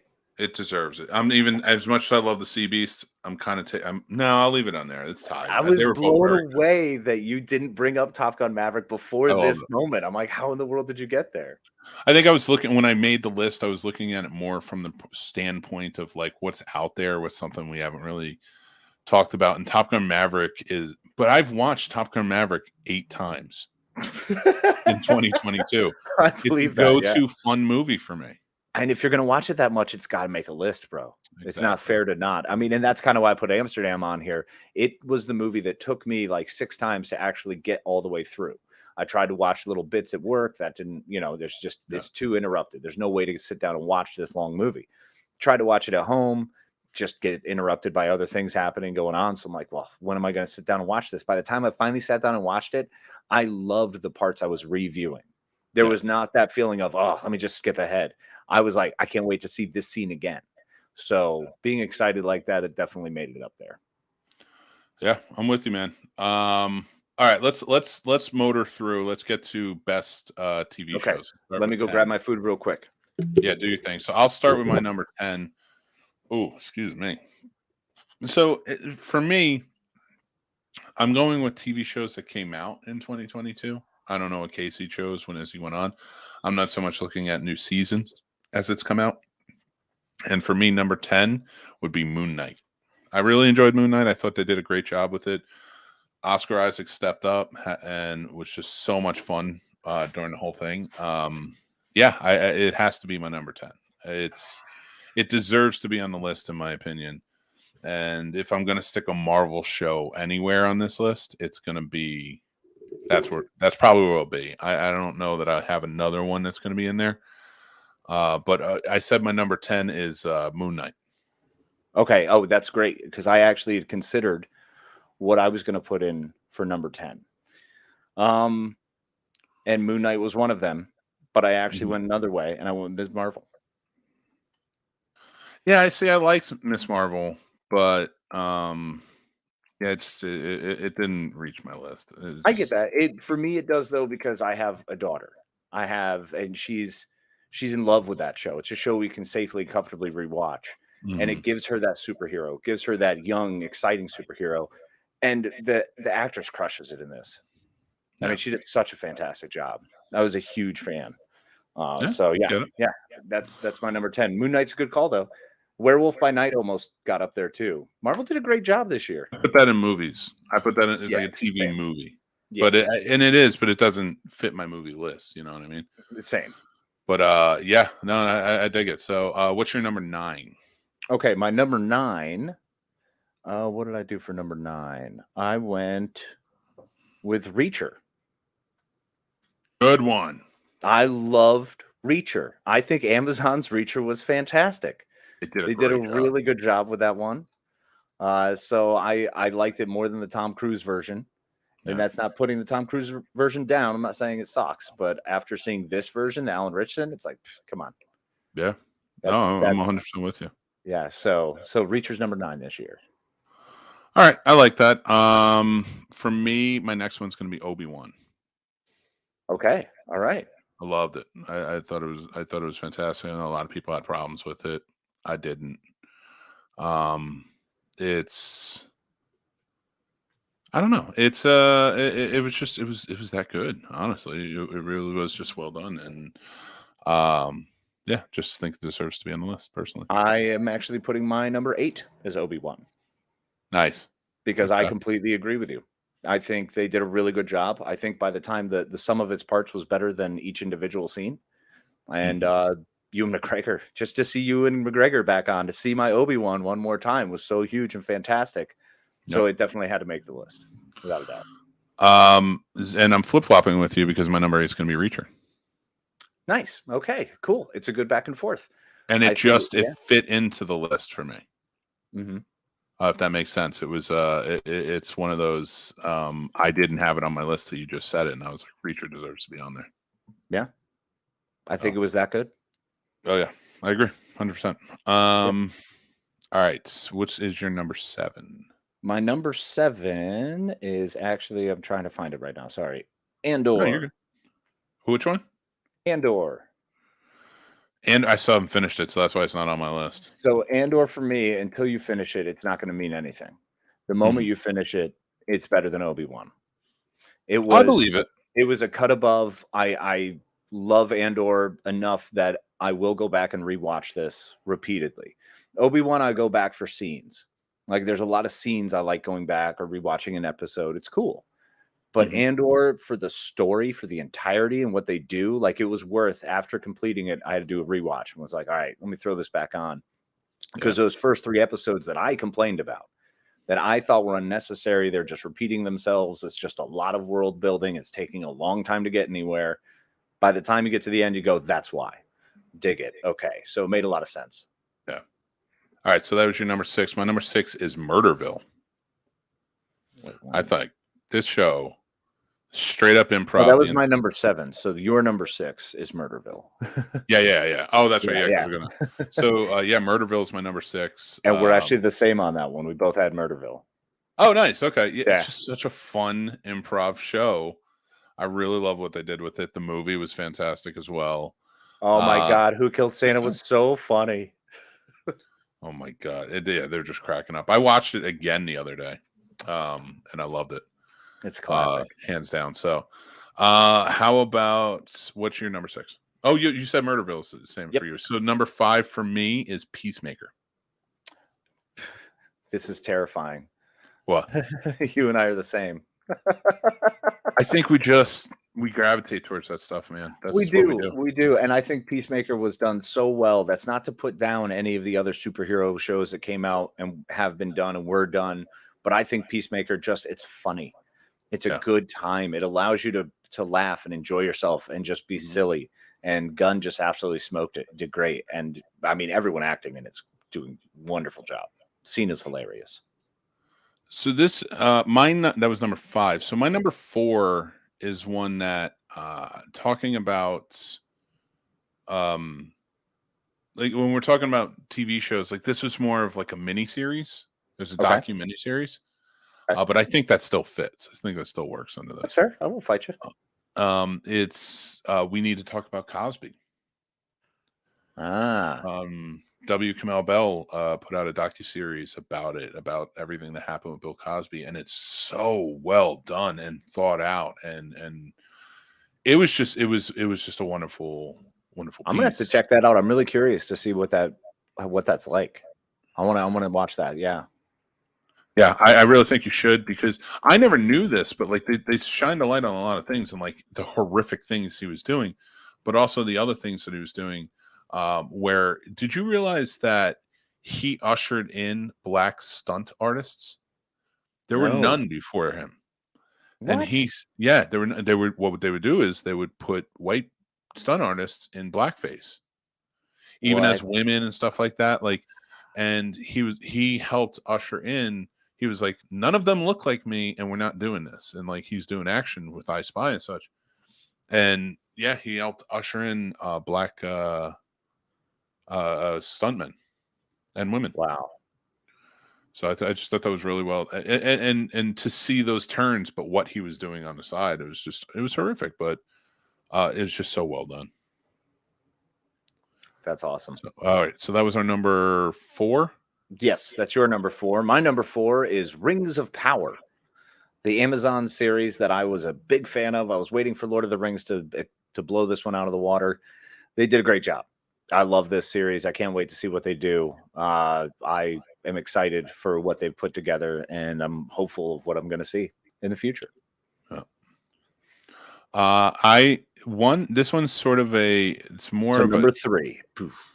Sorry. Oh, we're on number 3. Yeah. Yeah. So this one for me is more. Wait, are we on number 3? No, we're not. I had Moon Knight, Obi-Wan, Reacher, Murderville, Peacemaker. We need to talk about Cosby. And I have 6. Oh, so you're on 4. So you're on number 4. Sorry. I'm on number 4. Yeah. You're on number 4. So so as we need to talk about Cosby. Cars on the Road again. Or Cars on the Road. It was just one that, like, I love the Cars movies. Second one, you know what it is. But I love the first and third one, and I love those characters, and I just always have a lot of fun with them. I watched it with my son. So for me, it's more of on a connection level. Had a good time with it. And, it's just for a personal level for me, of the friendship aspect and stuff like that. It hit right, and I thought it was a really well done show. Now, remember, my list isn't, this is the best of 2020. No, it's the best of 2020. Our favorite that we loved. This is what we loved. Yeah. So that Cars on the Road is on my list. Awesome. And that's my number 3. So for me, I absolutely have to go House of Dragons. Okay. Is my number 3. Game of Thrones doing a fantastic job as always. Big fan of the early season when they were, or earlier in the season with the younger actresses. They were phenomenal. Grown-up actresses did a great job as well. Love the characters, love everything they're doing about it. Matt Smith gets to be a bad guy. I love seeing Matt Smith be a bad guy. He's fantastic. Patty Covington was really good. Just great. I have not watched it yet. So yeah, really big fan of House of Dragons. Like what they're doing, like the story. Excited to see more, but definitely my number 3. My number 3 is The Offer. It was about the making of The Godfather. Yeah. With Miles Teller did a great job as the producer, and just everything kind of stepping in, all the odds they had to go against, like the mafia against them, and then when the mafia was like, all right, we'd love it, go for it, and they became friendly. It's like him having to maneuver through all of that. Dan Fogelman plays Francis Ford Coppola in it. It's a great job. Like, just the whole thing was really well done. It's a fun story being told. I just loved it. I think everybody should check it out. And it's a limited series, so you finish it in the 9 episodes. Awesome. What's your number 3, sir? This would be my number 2. I forget where we are. I know, it's okay. You can tell me. My number 2 is SAS Rogue Heroes. Okay. I love this show so much. Never even heard of it. World War II series. I can't even remember where it's playing, if it's on Netflix or where you can find it. But it is fantastic. Alfie Allen's in it, does a really good job. Oh, it's a BBC show. Nice. So I'm not even sure what platform I found it on. But basically, it's very much a British Dirty Dozen, taking place in how the SAS were basically created, parachuting to break up supply lines in Northern Africa. So a lot of fun, really a lot of ridiculousness, and one of my favorite characters of the year, which made it to my top 10 list. Nice. So, I love it. All right. Stay tuned. So that's my number 2. Number 2 for me is Tulsa King. I'm loving it. I'm loving every minute of it. Of course you are. It's fun, man. It's just different. I think Stallone's doing a good job. I think when Stallone has direction, and it's not just him. Like, and I don't dislike his movies, but they are in the Stallone wheelhouse when he directs. That's very true. I think when somebody else steps in, he's and is telling him, like, this is what it is. This is where it's got to go. Blah blah blah. He's in. Like, he's just and he think he bought into this. He trusts Taylor Sheridan, and they're making a good product off of it. Good. Well, that's exciting. What's your number 1? Okay, my number 1, drum roll. Everyone get excited because you know what it's going to be. Strange New Worlds. Okay, good one. That almost made my list. The greatest Star Trek show series, like, it's since Next Gen. I put it up there. I love it. Next Gen was terrible, so it's okay. Clearly, yeah, you're on so much crack. It's ridiculous. I thought we already covered crack is bad. Well, you know me. I like DS9 better, but I do. I know you do. Yeah, I'm just kidding.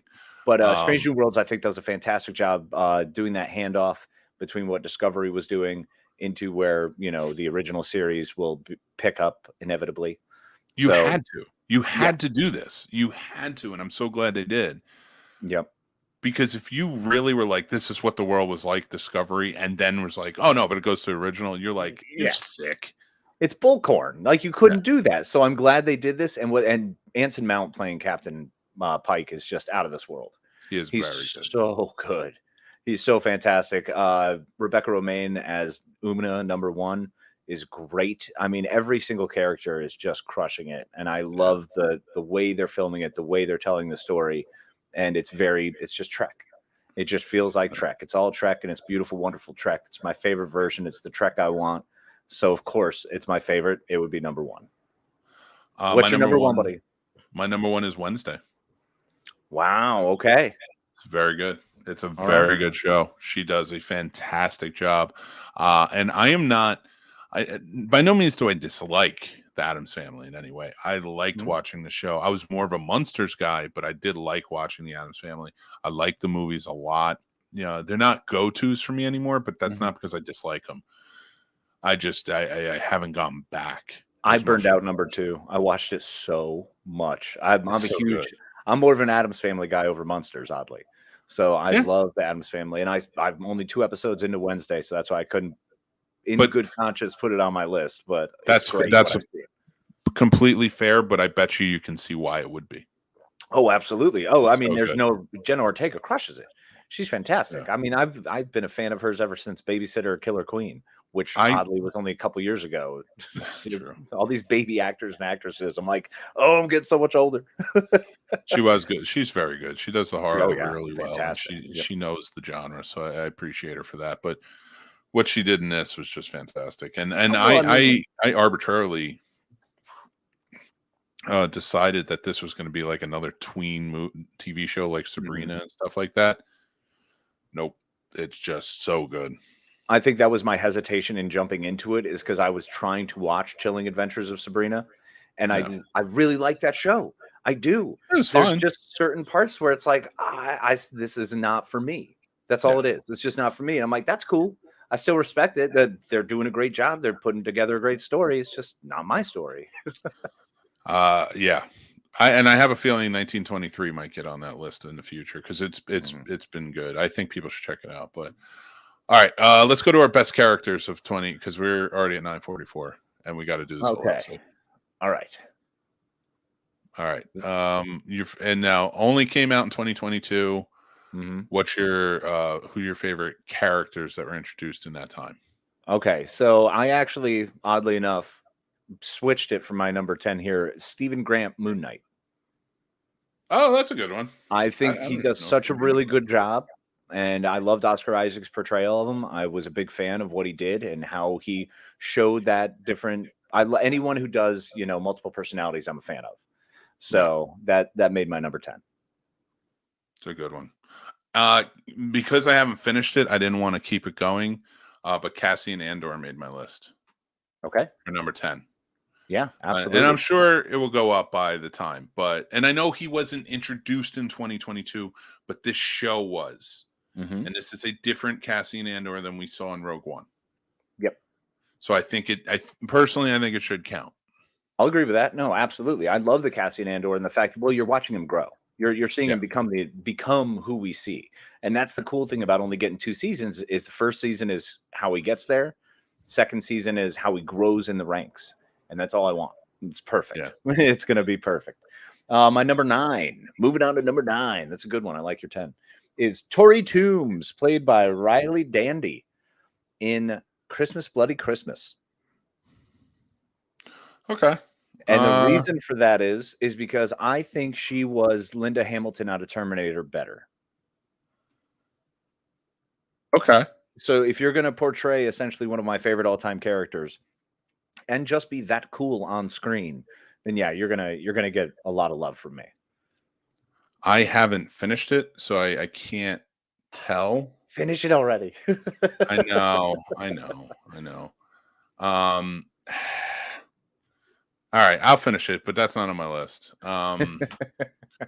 So, all right, going in, and so that was number 9, right? Or that was your number 9. That's my number 9. You need yours. My number 9 is Blackbeard from Our Flag Means Death. Yes, what a he was great so one. Good.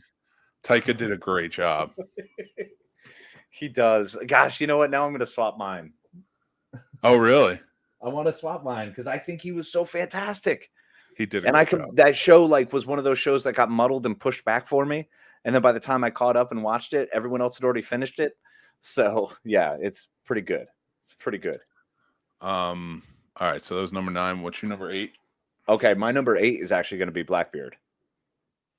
Because that was perfect. Okay. Okay. Yeah. So you just swap them out in your number 8. Yep. Okay, yeah. I got you. My number 8. He was already on my list. I just hadn't written him down there. I was like, all right, yeah, no, he's better. Yeah. I get it. My number 8 is young Leia from Obi-Wan. Oh, yes. Yeah. Oh, man. You cheer her on the whole way. That's 100%. What a good call. Yeah, she was so good. She made that show even better. And because, I know Leia's not a new character, but she was a new version of Leia. And I still think it fits, personally. I'll agree with that. 100% agree with that. All right, you said Blackbeard was your number 8, so now we're on to number 7. What's yours? Number 7, Eddie Munson from Stranger Things. He was amazing. Okay. It was Eddie, man. How can you not love Eddie with that guitar solo? And his I do, and he's on my list, but I'm not going to tell you where. Oh, okay, fair. I just love his acting too. I think he really sold fear. That was the thing that got me, is he sold being afraid and on the run so well. So yeah, he's up there. 100%. All right. So mine is, so we're on number 7. Mine is Soldier Boy from The Boys. Awesome. Okay. I thought he did such a good job in that show. And I love Jensen Ackles. I'm a big Supernatural fan. So having him join up was huge. Like, I thought that was fantastic. But yeah, Soldier Boy from what do you call it?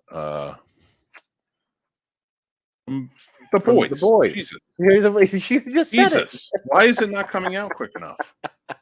Your brain is moving at a weird pace. I'm getting the next list ready. Oh, fair. Yeah. Well, that one's huge. That one's problematic. I didn't even bother putting it in order. Yeah. All right. So we are on number 6. That was, yeah, you're So number my 6. number 6 is Vigilante from Peacemaker.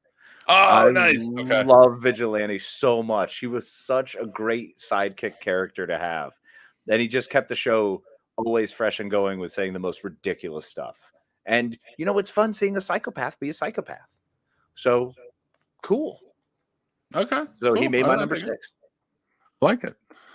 Okay. So for me, Kamala Khan, Miss Marvel is my number 5. Awesome. Well, that is number 5. Wait. 9, 8, No, 7, that's 6, your 5. 6. Yeah. That was 6. Oh, that's your 6. Okay. This is my 6. Okay. Kamala Khan from Miss Marvel. She did such a great job.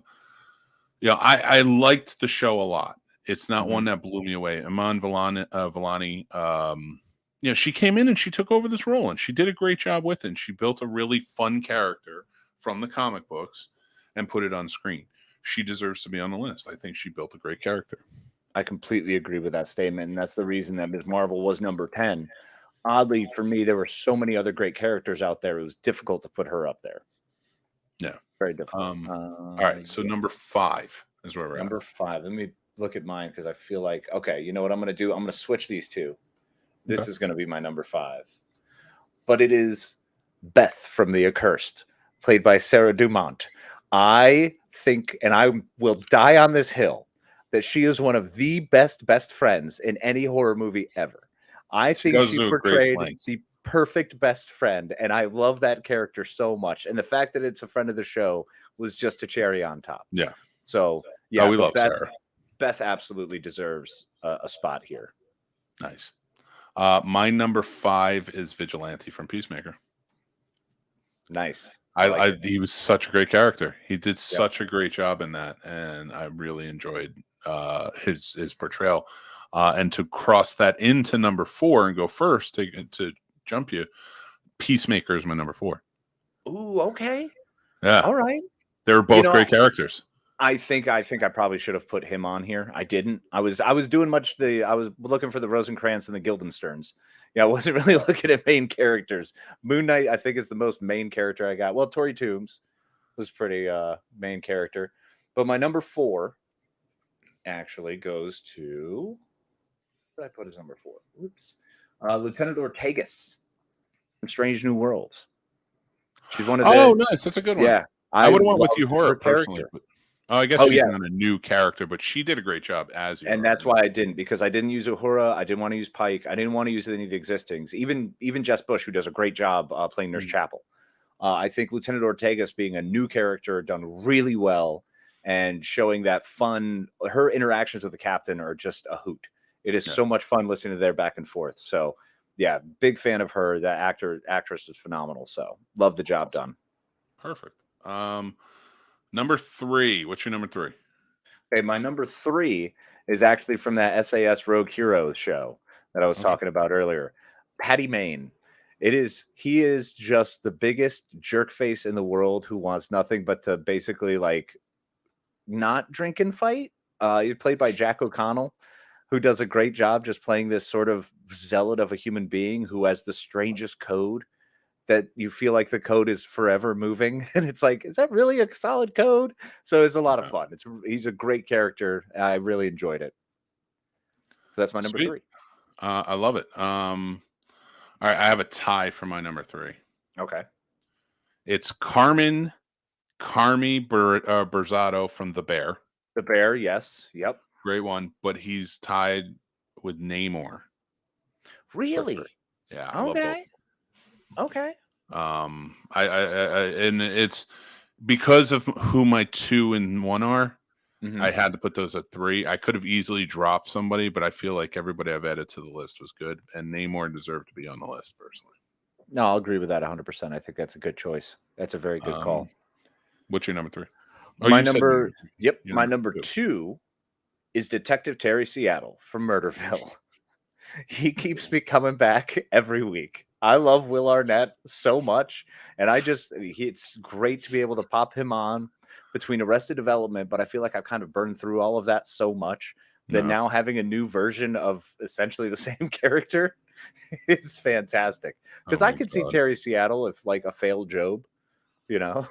Yeah. Oh, 100%. So that was he was great. I was a huge fan of him. So yeah, that's my number 2. Finish it. We need your review mail for Christmas, Bloody Christmas.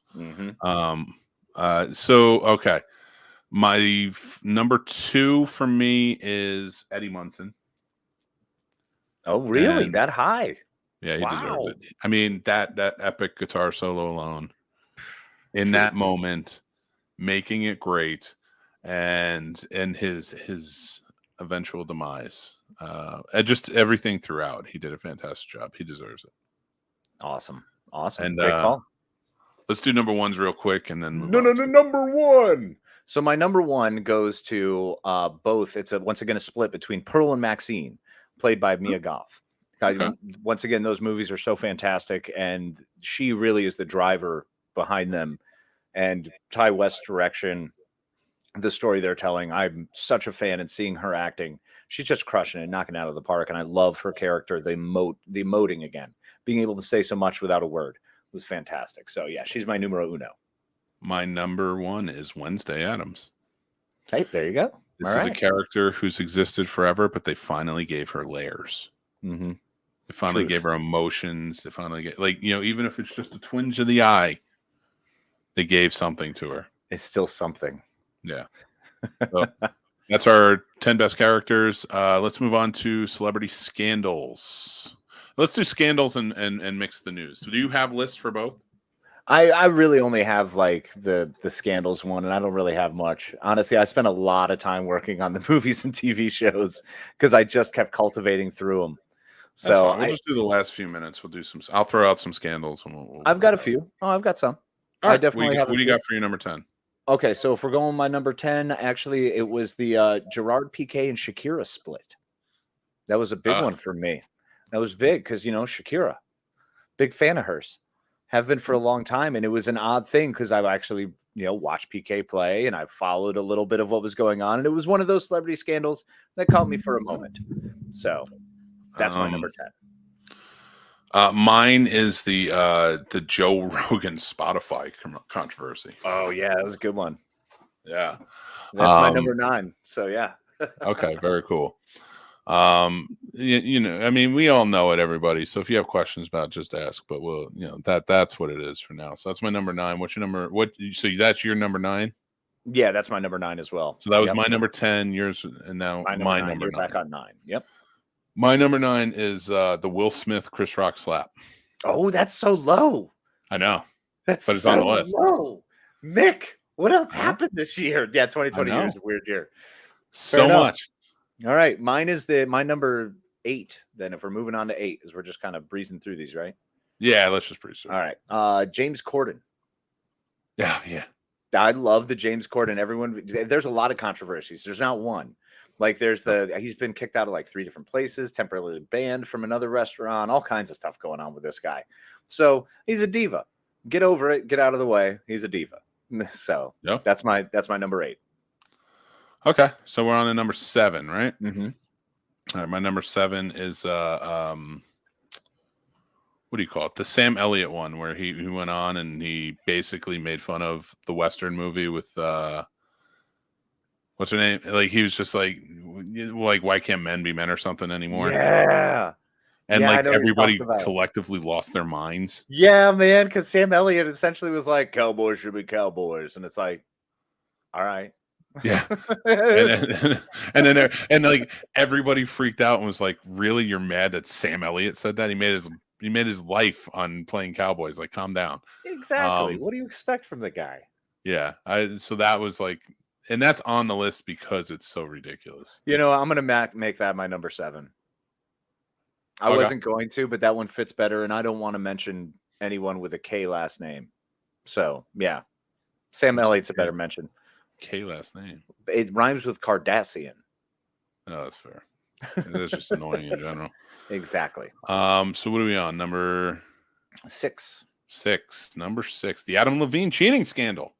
Oh yes, Mm-hmm. yes, absolutely, 100%. That is not my number 6, but I agree with you. Yes, It's so ridiculous.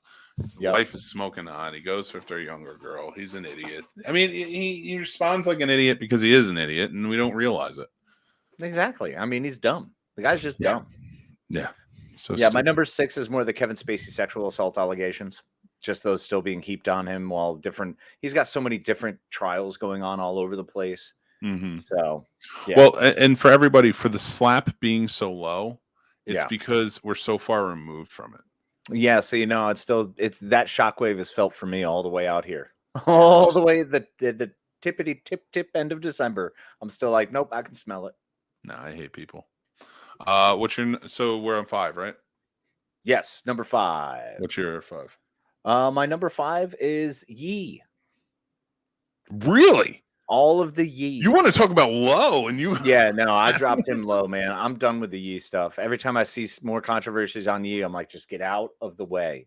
No. Like, please stop hammering on this clearly problematic human being who maybe just needs help and consideration, or maybe needs to be bumped down and loses platforms. Maybe he is that piece of garbage who deserves it. I don't know, but it's not for me to say. I don't know the guy. I don't know him.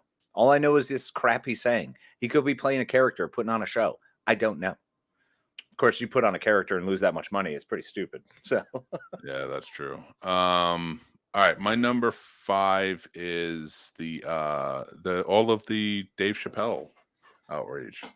okay, yep. That controversy, because it keeps coming back, and they keep going after him, and it continues, because it continues from last year when he did the transgender discussion and it just blew up, but he still to this day, when he hosted SNL, created that source of like craziness. So that's why I put it on my list. Fair enough. I actually really like that in that position. And that was your number 5? That was my number 5. So we're on number 4, and that is where I'm going to put the Dave what you just said. Okay. That's my number 4, because I same exact feeling. I think there was a lot of stuff going on with it, and that was a bigger part of the news. And I think him discussing Kanye was bigger than what Kanye was going through. For me, See, I where I stand disagree. on that. Okay, I got you. You know what I'm saying? Disagree to a point, I but yeah, I do agree that it was polarizing. from my level of we've all seen Kanye do this his whole career. This isn't new. This is just worse. That's all it is, so it's whatever. Yeah. We are going a little long, everybody, but that's because this is this week's episode of the Scene Snobs Podcast. Last week, we just want to finish out our list, and then we'll be done. Yep. So bear with us. So my number 4 is the Don't Worry, Darling scandal or controversy. Yep. That's a good one. Yeah, I really like that one. Yep. It was just so over the top, and every aspect of it was crazy. Mhm. And unfortunately, no one really came out on top in that. Nobody came out clean. Yeah. Even Florence Pugh has still got a little junk on her shoe. Yeah, I know. And she doesn't deserve it, but she does. And then I love Dale telling us, nice, go on. Yeah. Go on, kid. We can do that. It's our show. It's our channel. We can do whatever we want. Hell yeah. So what's your number 4? So I'm on 3 now. Oh, number 3. So you got your 4. So my 3 is the slap. Okay. All right. Yeah, my 3 is the slap, because it still was something that was so effective and huge. And it took 2 people who were icons from me growing up. No. 2 men that I have followed their careers, that I have cheered and loved watching what they've put together. And to see that boil over and be a thing where, yes, people are human. It happens. You're going to react away. But for that, in that moment, to be that way was such a what is happening here? Yeah. So married with the Kanye controversies and other things going on, it's been a weird year of controversies. So so that was my number 3. I like it. That's a good one. My number 3 is Kanye. All the Kanye crap. That's fair. I feel like this year he kind of took over with a lot of stuff. Everything he said was building to the outrage, building to the controversy. But that's why it stays there. Mm-hmm. What's your number 2? Number 2 is actually the Don't Worry, Darling. Now, this is a tie because this is what I'm calling my relationships situation. Because number 2 is I followed Don't Worry, Darling. I followed that whole thing. I tracked it when it all started. I was reading on that Instagram post. I was going through all the Twitters. I was legitimately following that one. The way I also followed another controversy that got tied to number 2, which was the Amber Heard Johnny Depp defamation tie. Okay. So those 2 are my number 2s because all the in relationship things were happening, and I was really following those about the same throughout the year. So those are my one. Those are tied at number 2.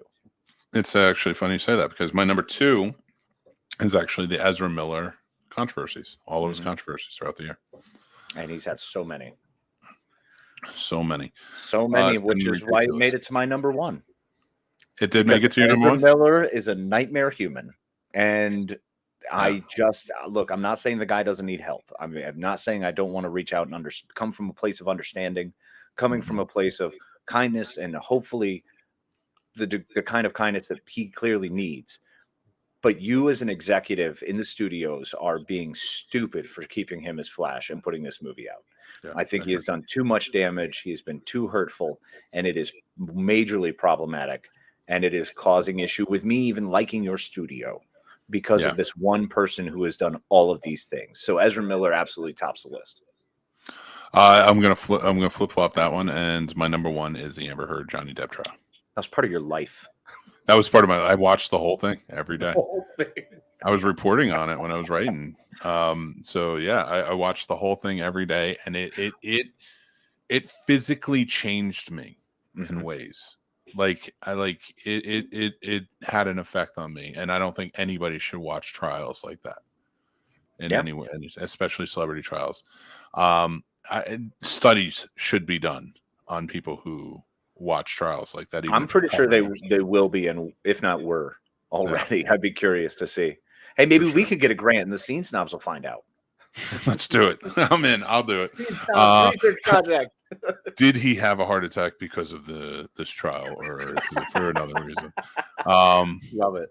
All right, guys. There's a lot of things that happen throughout the year that we can just kind of keep trying to cut down and put in a list and things like that, and we'd love to, but at the same time, it's just so much. We've come to the end of our time. So many things. I mean, we have the war in Ukraine. We have, the amounts that we could cover, just like news, our top 10 news and stuff like that, is vast. And the Elon purchasing Twitter. I mean, we can get into. There's so many things that have happened in 2022 that have just been created a bevy of questions and concerns, some hopes, some dreams, all heading into 2023. So it's exciting, and we're happy that y'all hung out with us for 2022. We're grateful that everybody did this with us along this crazy journey of everything that happened. As Mick was describing, I mean, 52 weeks that we've tried to come here and be with y'all, and we've grown. Scene Snobs have even done some changing. We've had some new shows. The show that we're on right now, simulcast with the show that will be the podcast. Yeah, I know. We're getting we've canceled shows that we had over a long time, and then we brought out new ones. And guys, we appreciate everything you've done. We appreciate you listening, being a part of the Snob Nation, having a great time. 2022 has been fantastic in a lot of ways. We've grown past 2020, 2021.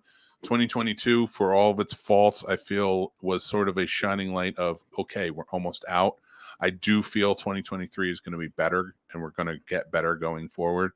I'm holding on to that positivity and hope for it. And, with everything we're doing with the Scene Snobs, there's going to be a lot of changes coming. And I feel like we just want to let you guys know, like in the new year, some of our shows are going behind the paywall on Patreon. And that is to add flavor, add elements to it that is just that is beneficial to the listeners and everybody else. And there's going to be some great stuff coming. So please go pay attention to like where we're going with that. So that way you guys are in the know. You have to follow us for all that stuff as we go on. And if you have questions or anything like that, please always feel free to reach out to us. You can join our Discord, things like that. We have great stuff. We're going to do the rundown now. Okay.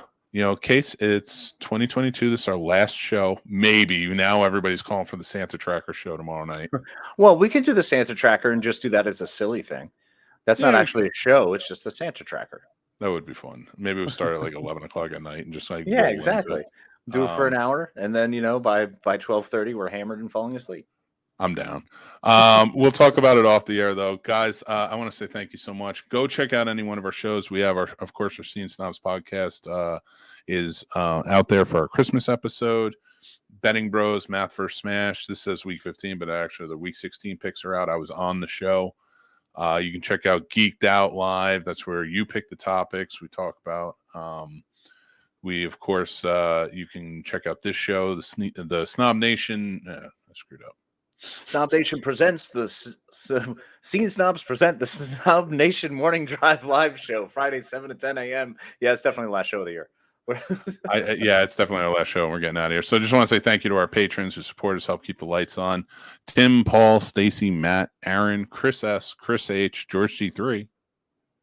Dan, John B, Ron, Jason, AJ, Dale, and John W. Make sure to head over to patreon.com/the Scene Snobs and check out all 3 tiers that are currently available. That's right. All right, guys, make sure to join up on a Snobnation Discord as well. We got a ton of stuff going on. And I'm just going to motor through these, and then make sure to like and subscribe to this channel. We appreciate you. You can check out all of our short comedy videos that we're doing as well. This code doesn't work, but if you use Snobs, you get 10% off your order. But we have tons of stuff available. In the new year, I will have a new thing. And make sure to follow us on all social media. We're at the Scene Snobs. Casey's at Plotus21 on Instagram, at Casey the Man on TikTok, and at Twitternight on Twitter. And I am Mick Manhattan. And Casey, please, my friend, take it away, sir. Hello, all my friends, you beautiful people in the Snobs Nations. Thank you so much for joining us and for hanging out with us. Hopefully we've entertained you a little bit during 2022. We're getting ready to wrap up and spend some time with our friends and family, and hope that y'all are in the same boat, getting ready to hang out with your loved ones as well. Thank you for being part of our Snob family. Thank you for being with us throughout the year. Happy holidays. Enjoy the rest of 2022 and get ready to knock out 2023 with a bang. We appreciate y'all, and remember to be kind to yourself, be kind to each other. All right. Couldn't have said it better myself, so I'm just going to say happy holidays, everybody. Stay safe.